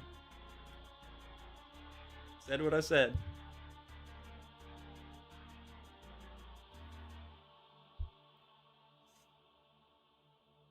I love how we're just a bunch of dudes just turn this into just straight up freaking smoking meat. Trev, you seem like a pit barrel smoker guy. What does that mean? And why do I seem like that kind of guy? Joe, you have the floor. What do you mean by that? And what does that mean? I'm going to tell you, all I know how to do is throw a freaking New York strip on my grill and cook it to perfect medium rare. That's all I know how to do. That's all I know how to do. Miracle Martina, she always freaking sending me pictures of smoked meat. Just, it's because the Longhorns are freaking playing. They smoking meat. Looks good.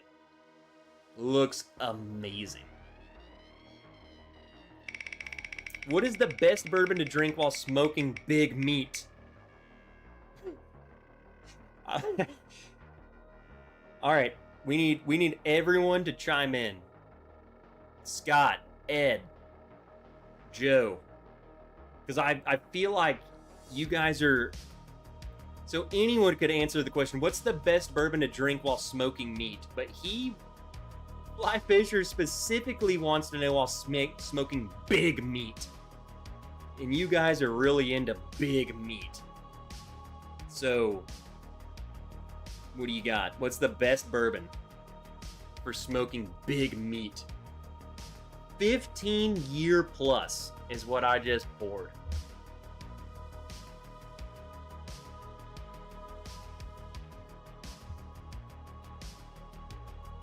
The wheel has spoken. We need 15 years plus. Tell him, Trev, when you smoke big meat, what are you putting down your throat?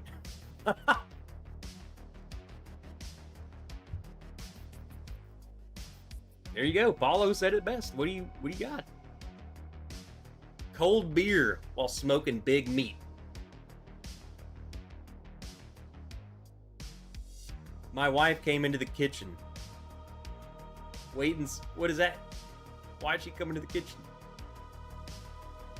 She heard big meat. Came looking. She's like, oh crap, it's just Steven. Wait and save your money, then get you a great offset smoker. Smoke meat like a real human. See, I don't even know what that means. Like, I don't even know the difference between my grills. I know I do one thing on one, I do another on the other, and they taste the way they taste.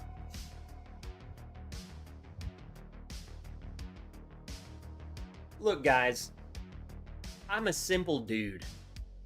I air fry 90% of my chicken.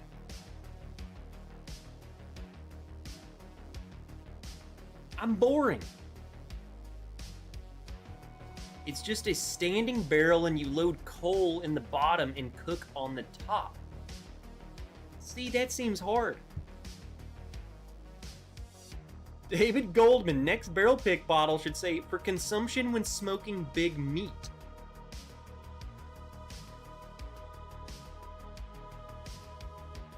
It could just be like big meat bourbon.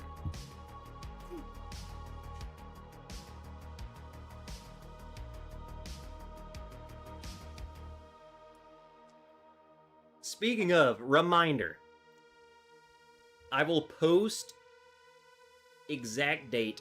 I think, so let me, before we get too ahead of ourselves, I want to remind all of you. Next week, I think we may be doing it on Thursday. There will be a live stream. I think it has to be Thursday. Just, there's so many people doing this pick that that's the day. So I think next Thursday, we will be doing the live stream where we drink through all of the samples and make the pick. I mean, it's big meat. I mean, it's big, thick, juicy meat. That's all you need to know. I will post the link in Patreon whenever we get it all sorted, like exactly when.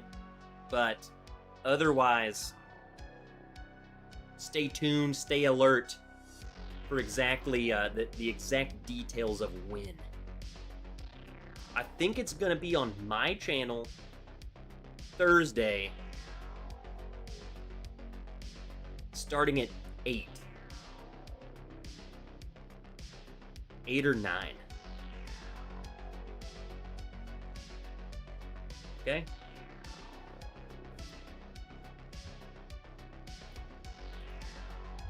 Is this still the rock music? Sounds like techno rave. You know what? Scott wants rock. We're gonna give him rock. You guys already know what we're about to play.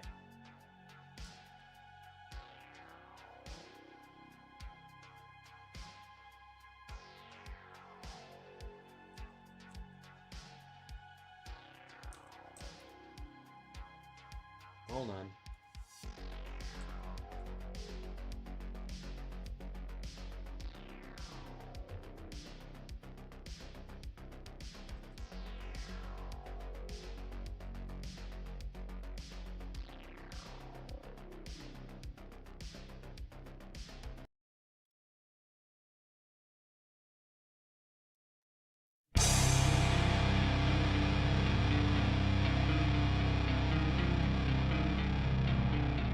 Wait, I wanted this one first.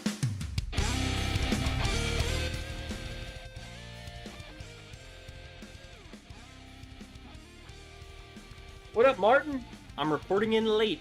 If I have to do push-ups, I might be able to do 3. Well, then you better do 4.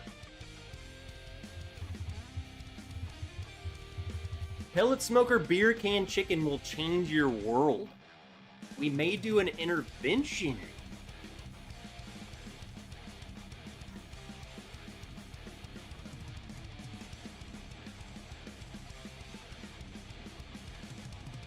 We ain't doing no Tabasco, Jake. Suck a butt. Suck Ed's butt.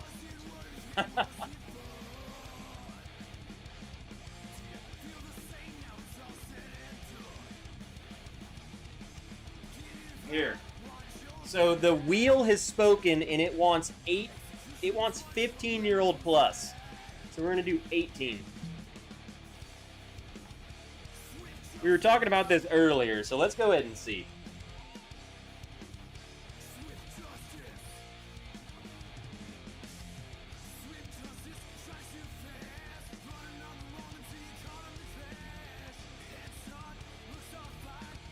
Keep looking at Masterbuilt 1150 smoker. You guys have given me 15 different smokers to look at. It's like, hey, what bourbon should I try? And all of a sudden, you need a 1920, you need a Heaven Hill bottled bond, you need no, try Maker's Mark Cashback. No, he definitely needs a Buffalo Trace. No, he needs some Blantons. Fly Fisher, brother, nothing new. Same old crap that we always drink.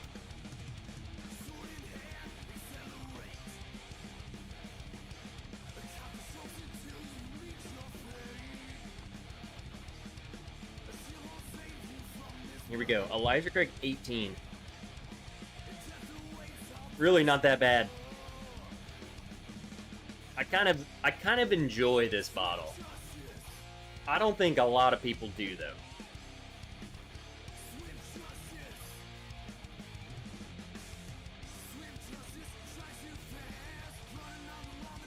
It's very oaky. What's the proof? It's 90 proof. 18 years old, 90 proof. I think that's why so many more people enjoy the Elijah Craig 15 that they just came out with. Because it's like 100, what is it? It's like 106 proof or something. Elijah Craig 1890 proof. It's like watered down. It's like the oak shines through way more.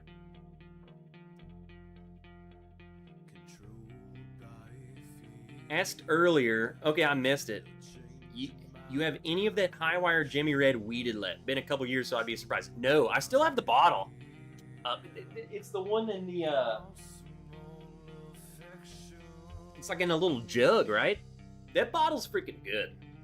I kept the bottle because it's so cool looking. Thoroughly enjoy it. It's 7 years. The 7 years. I have the bottle. It's empty. I killed it. Thoroughly enjoyed that bottle. Thoroughly enjoyed that bottle. The Jimmy Red weeded. So if you're talking about this, I'll show you guys what he's at.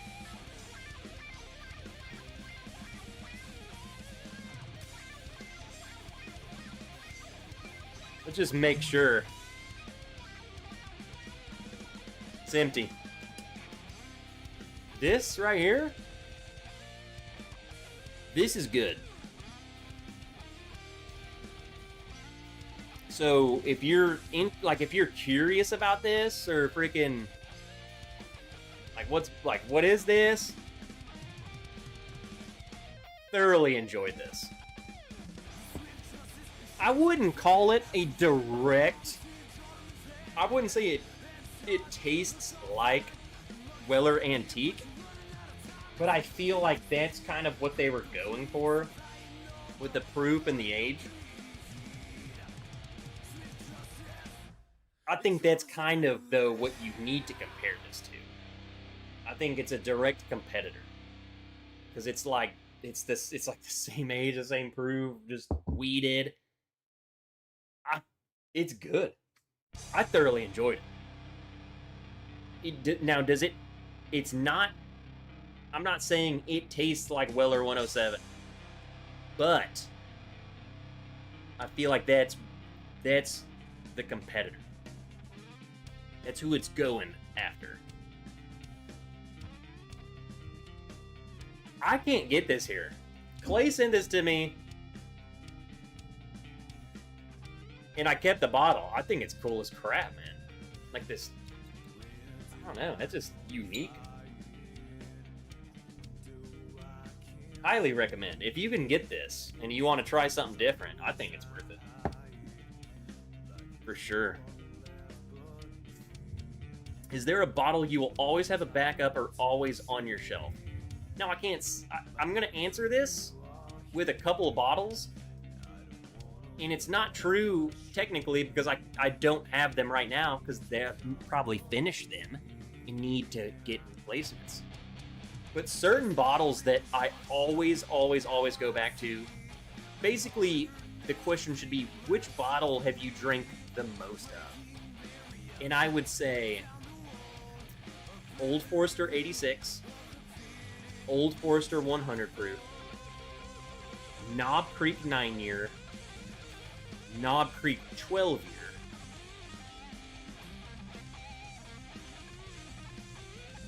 Maker's 46,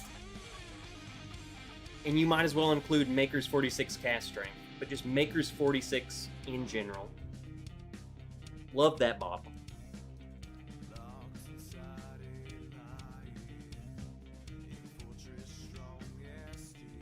So those are okay. I'm gonna end it there because those are the ones I can go get any time of day, ever I can get. I'm gonna add a couple of bottles that they might not always be on the shelf around me, but I think a lot of you get them. Jack Daniel's Single Barrel Proof. If your bottle's empty, get another one. I would even add Elijah Craig Barrel Proof. We always talk about, oh, that's not as good as it used to be. They're all still good and at a good price. Elijah Craig Barrel Proof.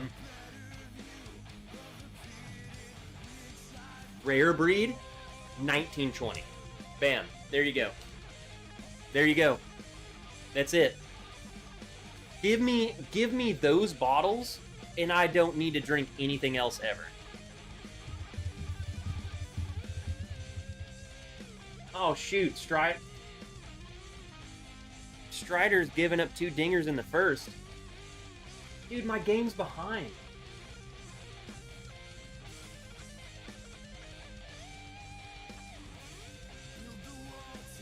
Let me refresh. Yeah, what the heck?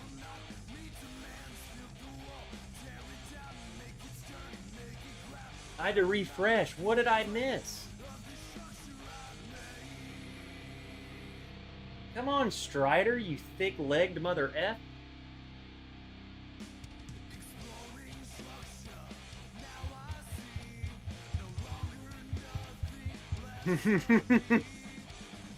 The Dodgers are winning if you're curious. No one cares, Paulo! Is Brown Foreman going to be sold? What is that?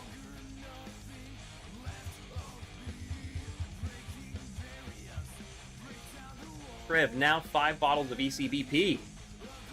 Good list. Maybe I should make a video. I haven't made one of those clickbaity videos in a long time. What are the only 8 bottles? What are the only 8 bottles? What could I say? What's a clickbaity title? If I could only drink 8 bottles of bourbon, what would they be? These are my 8 desert island bourbons. I'll do it. And Steven, it's gonna be just what I just told you. No surprise. I'll do it.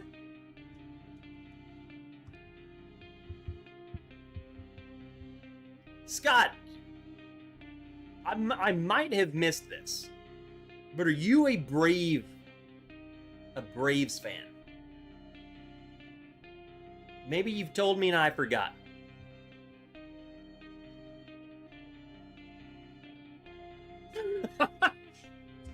What are the only bottles you want when you've got hot meat in your mouth? And that's the video, is all the bottles I just told you.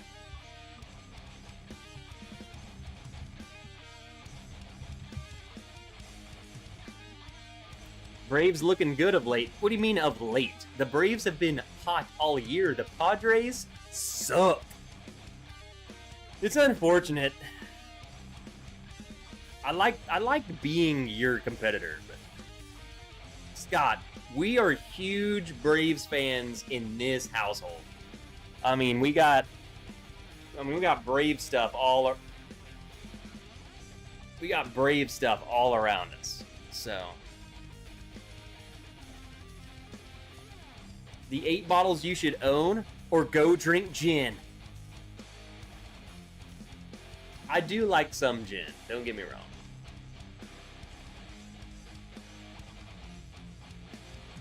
My choice. Unlimited allocated pappy if I give up sex the rest of my life.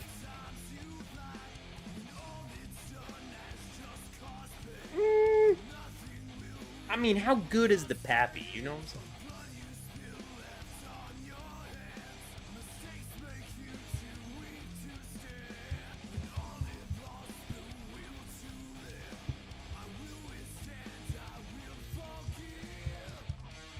I'm in Chattanooga, an hour plus north of Truist Park. There's a couple of you fools, and we've got some Bourbon Wrench nerds who have been trying to get me. I wouldn't say they've been trying to get me. They said they can get me into Truist Park, and I've been saying I'm gonna do it. I'm gonna do it. I'm gonna do it. I've got to go to a Braves game. I have every freaking jersey. I got every one of their jerseys. I even bought the new one. I even got the new City Connect. Any cool speakeasies? I was going to say no, but I think there is one. I just haven't been to it. I'll be honest, Fly Fisher, I don't go out much, man. I don't go out much.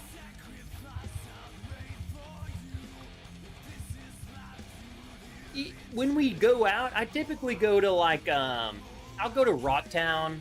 There's a brewery. There's a couple breweries uptown. Very beautiful. I love going and hang out there. The speakeasy, I think, is a little more bougie. It's not like a bourbon like, how am I trying to say this? It's not like a bourbon person's place to go. I think it's a little more upscale, freaking, you know, we're gonna smoke the piss out of this, and like, here's a $27 cocktail. Like, that just ain't me, man. Give me like a $10, like, I just need a simple old fashioned, please. Don't do all of the stuff. Don't do all the cool stuff. Just old fashioned, and I want to go sit by that fireplace over there in your establishment. And then I want to refill the moment I'm done. There is a speakeasy in Arkansas, in Little Rock, and I haven't been there. We've looked at it, but I don't know. I feel like it's gonna be bougie. There's like a restaurant here's why. There's a restaurant that's like connected to it, and it's a fancy restaurant. So I'm like, I see what you're doing. You're gonna go in there and drink a $30 cocktail, get drunk, and then go order a $100 steak. That just ain't me, bro. I'm gonna go to Rocktown and order a $5 pour of bourbon 7 times in a row. You know? Please clarify, is Arkansas Midwest or the South? It's 100% the South. We'll do a history lesson. United States. Let's do regions map and see if they do it correct.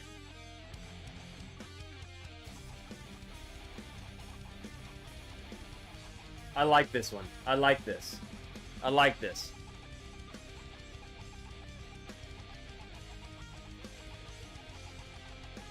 Now they break it down to southwestern, southeastern. I would disagree. I don't know what, I wouldn't do that, but all of this is the South. So what a lot of Southerners do is Arkansas, Tennessee, North Carolina, South Carolina. I feel like there's a line.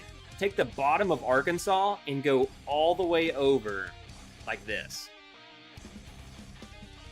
That is the South. Then you have stuff like Louisiana, and then like the bottom half is called the Deep South. And then you have Florida. They're just the South. They're not Deep South. And then if you just take this portion of Florida, where Miami is, it's not the South at all. So like,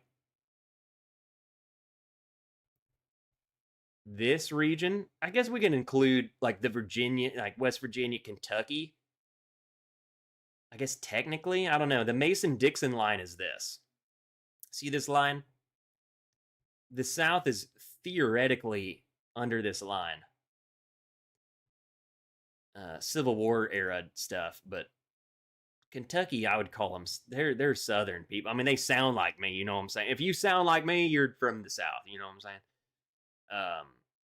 Yeah, Florida is its own thing, but they are the South, minus this. Deep South. You know, mud dwellers. Right? South Florida is the North. That's what I was trying to say. Like, they're not the South. But then I would say like the Panhandle, those people they are the South. For sure. Midwest, absolutely not. I would even consider like Oklahoma, to me, those are Southern folk. Most of Texas is Southern folk. In my opinion, like this region for sure. Now I don't know about this. I mean, this is the Midwest or West, I guess. I don't know. Desert folk.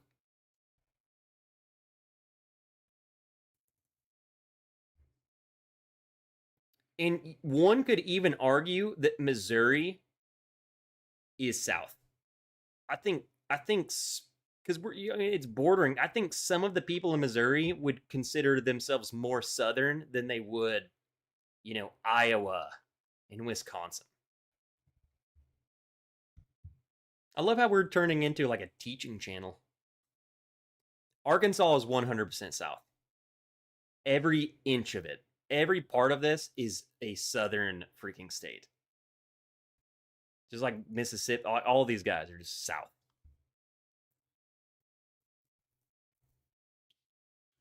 It's for hipsters.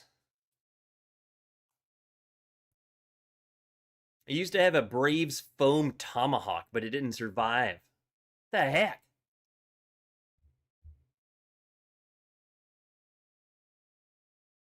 You need to draw a line across Virginia at Fredericksburg's. We don't consider anything north of that to be the South. So you're talking.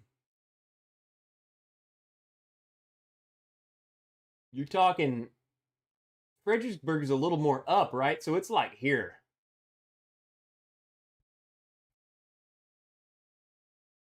So the true southern line would probably be like this. Go over Kentucky and then like just split this crap right there. Maybe West Virginia. I don't know what they're doing. I don't know the history of them guys. I really know nothing about West Virginia. So we'll just cut it right in half. But bam, Fredericksburg. These guys are south. These guys, not so much at DC. I think that's what it is. Over Kentucky. Bam. That's it. We have the line. We have the line.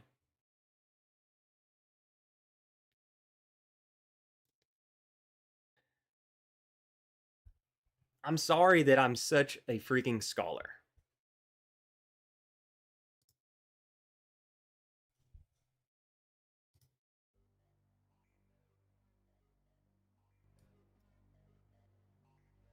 All right. One more pour, and then we out of here.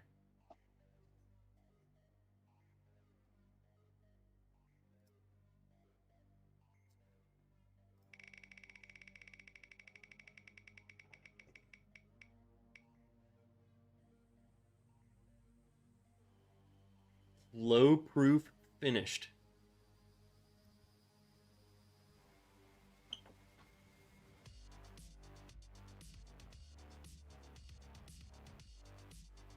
Good enough.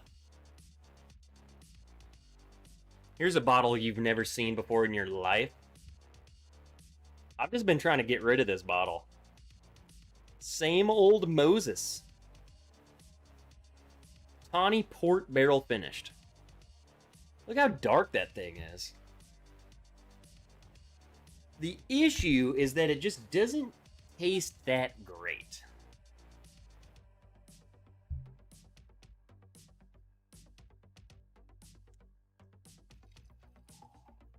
Miss Wrench has been doing well. Not really. She's been sick all week. She's been sick.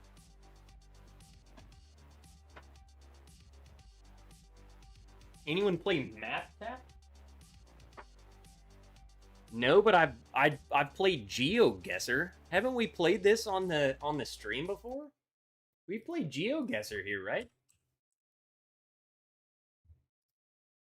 I feel like we've played GeoGuessr.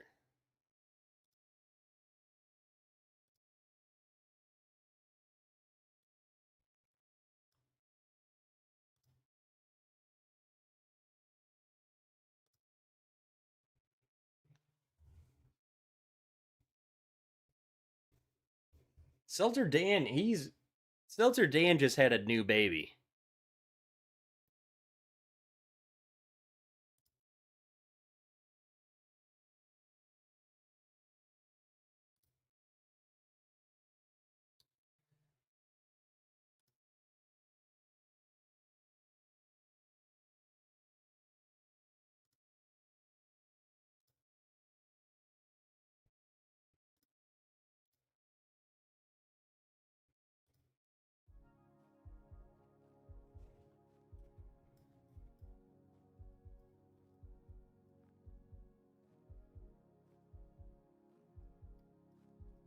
Very deserty.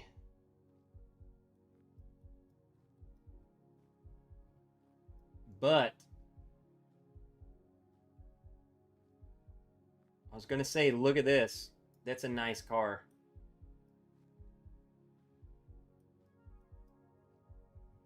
And that's definitely Middle Eastern.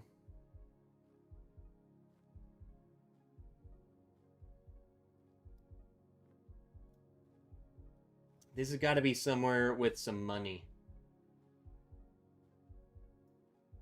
I'm thinking maybe Oman or Saudi Arabia somewhere. Look at that. Yeah, this looks like a nice place. This place has got money.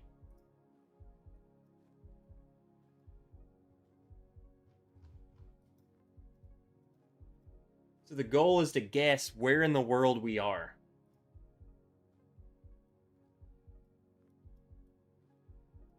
I mean, yeah, we're obviously in the, like, look out there. Freaking nothing. But this ain't like Iraq.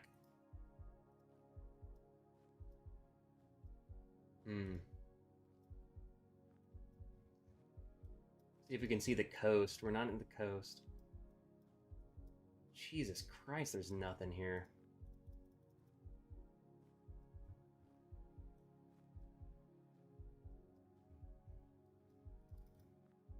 I'm just gonna have to guess. Where do you guess? You know what? I'm gonna go.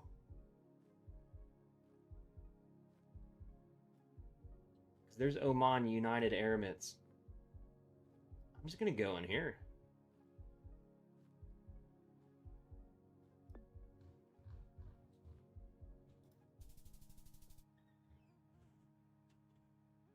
Qatar.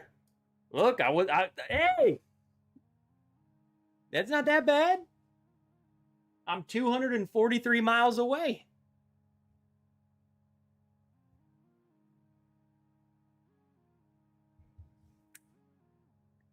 Braves tied it up. Trev, next time you go to your friendly neighborhood Sam's Club, you should see if they have the Members Mark single barrel. Our Sam's Club does not serve liquor. I don't know what that's about.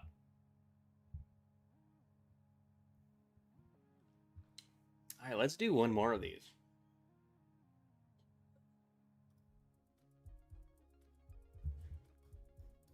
Why are they putting me in this crap?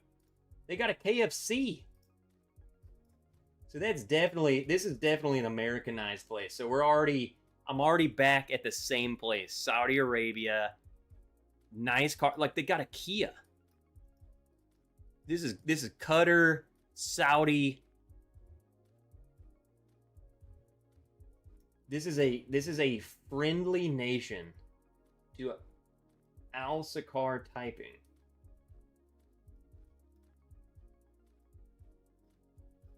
This is a friendly Pizza Hut. This is a friendly Middle Eastern nation. Al-Kaif Meat Shop. Again, they have money. This is definitely... We can't go Qatar twice in a row. I would say maybe this is where I guessed last time.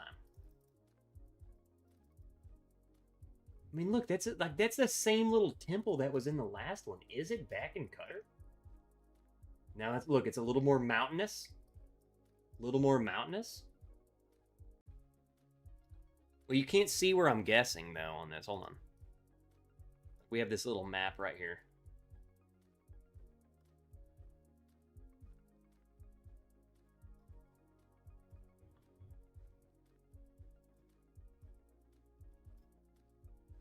You think that's a little more Oman? Because look, there's mountains right here.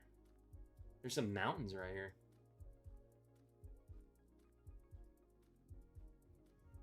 Dubai's not mountainous.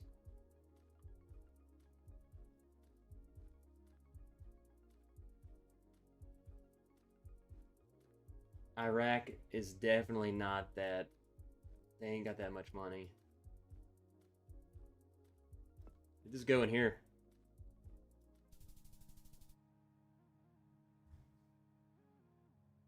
I was even closer. It was over in Saudi.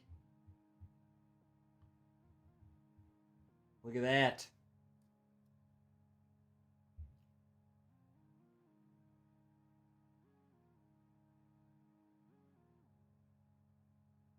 What about the license plates? They're blurred out. There's obviously tricks to it. You know, it can't be that easy. This is Europe. Instantly. And they're on the left side of the road. But this does not look like England. This has got to be up in like Scotland or Ireland or something. Look at the mountains. Fly Fish for $20 super chat.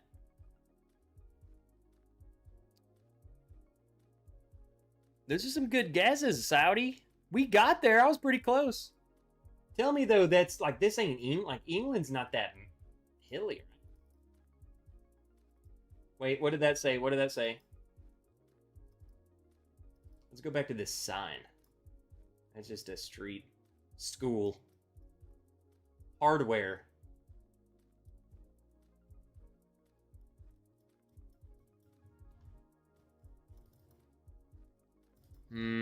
England. You all in on the England? Like, bro, Joe, you're good. I don't need a super chat. You gotta look at everything, though. Like, there's clues. I mean, look at that. That don't look like England to me. What is that? There's houses. Hold on. Loch Ness. This is Scotland. I told you it's Scotland. Look at that sign. I bet I bet you it's close to Loch Ness. Where is Loch Ness at? It's in Scotland, isn't it?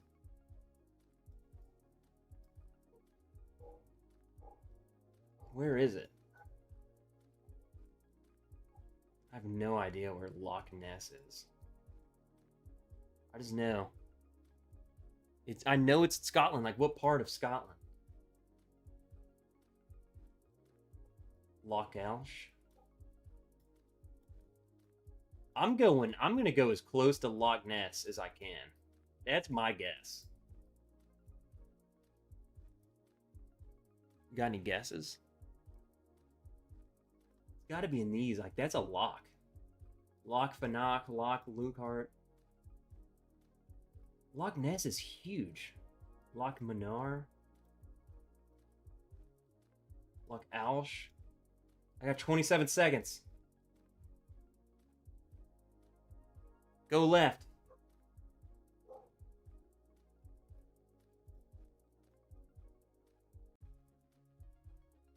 Loch Ellie. North Central. That's it. That's it. Got it. I'm gonna go right here. What? It didn't let me. I clicked and it didn't do it. Oh, I wasn't even close. Yeah, I was. It didn't let me. That's annoying. I thought normally on the phone it lets you do it. So I clicked, just so y'all know, I clicked in this town.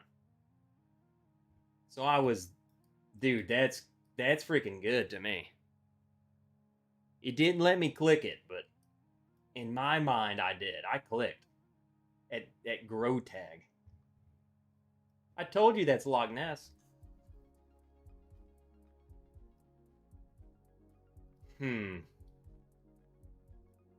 This is weird.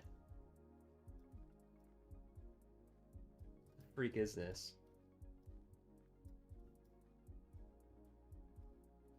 This ain't Hawaii.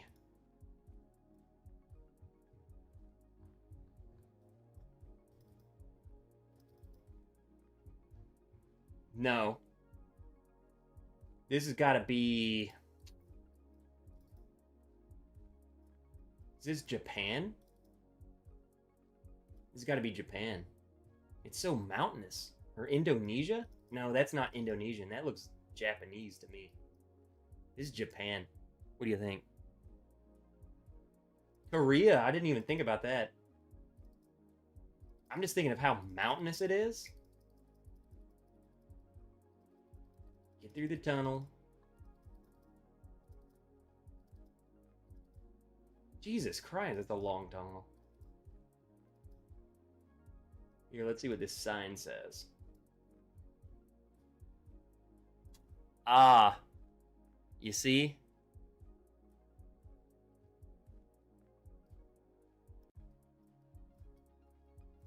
I don't know. I don't think we're going to get any more clues. Like, we are just in the thick of it.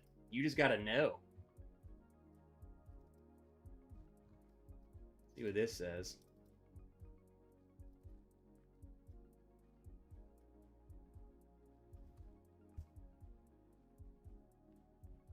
Would this be considered drinking and driving? Probably. Hey, what up, Kelsey? Dude, we're ready. I've already talked about it. We about to have a good time.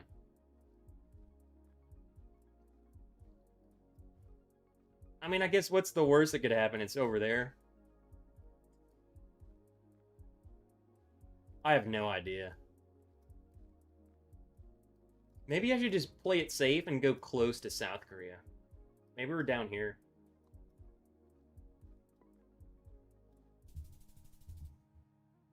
Dang. What's that, Taiwan?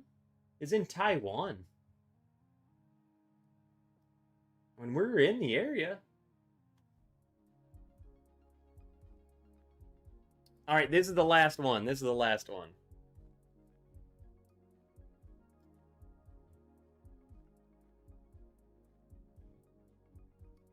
You got to play 5 in a row.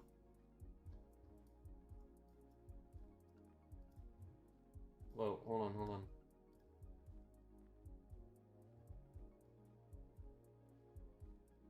What is this language?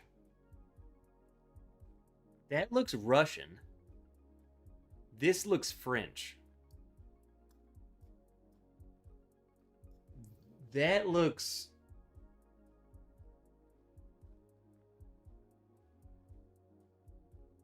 This is Middle Eastern. That's Russian. Bijou. Cadeau. Bella Napoli. What the freak is this?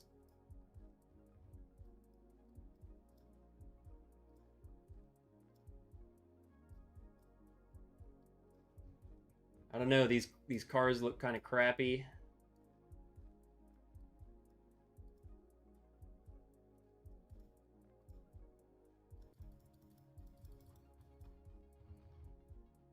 What is this?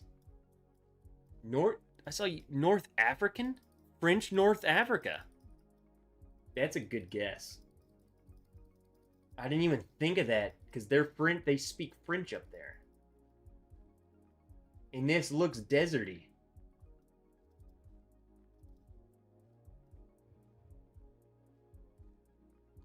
And look, there's like, this is like a resort. This is a freaking resort. Yeah, look at this. These are like little resorts and stuff. Grand Hotel des Thermes. Now that sounds something Greek. That definitely seems like it's up here. It's gotta be in this region. For sure. I would say.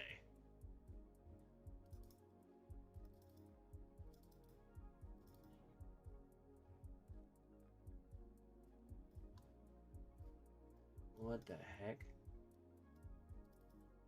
All right, we have 20. I have to just guess. Can't even read. Can't read that. We're going. I like the Tunisia. I'm just gonna do it. Dang, we're close. What is that? So it was Tunisia. It was just further down. It was on this island. Wow. We know what we're doing.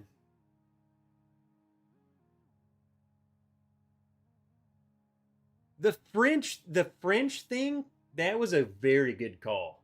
Me noticing the French and then it being Tunisia, I wouldn't have even put that together until you said it. It had to have been Northern Africa. Yeah, and that wouldn't have been Morocco. No one even knows what Algeria does. So yeah, Tunisia, that had to have been the call. Breaking it down. Like who the freak go like Morocco has a good tourist thing, but it's not like it wasn't like that. No one goes to Algeria. Wow. I freaking love this game. We might have to just start doing this like on my gaming channel. Because I like to do it. We'll just play this for fun. Alright, I'm gonna wrap it up. Freaking love you guys. I will simply see you guys in the next one. We need to end each stream with this. I'll do it. The French sure know Algeria. Huge war. Well, I freaking don't.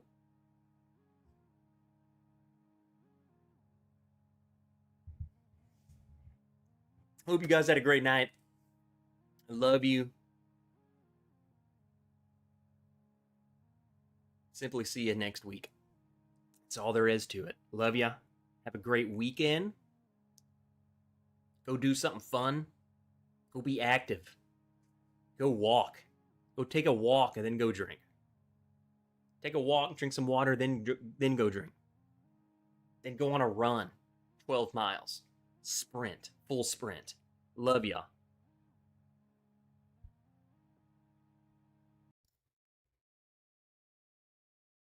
I don't even remember how to end this. I have so many pages open.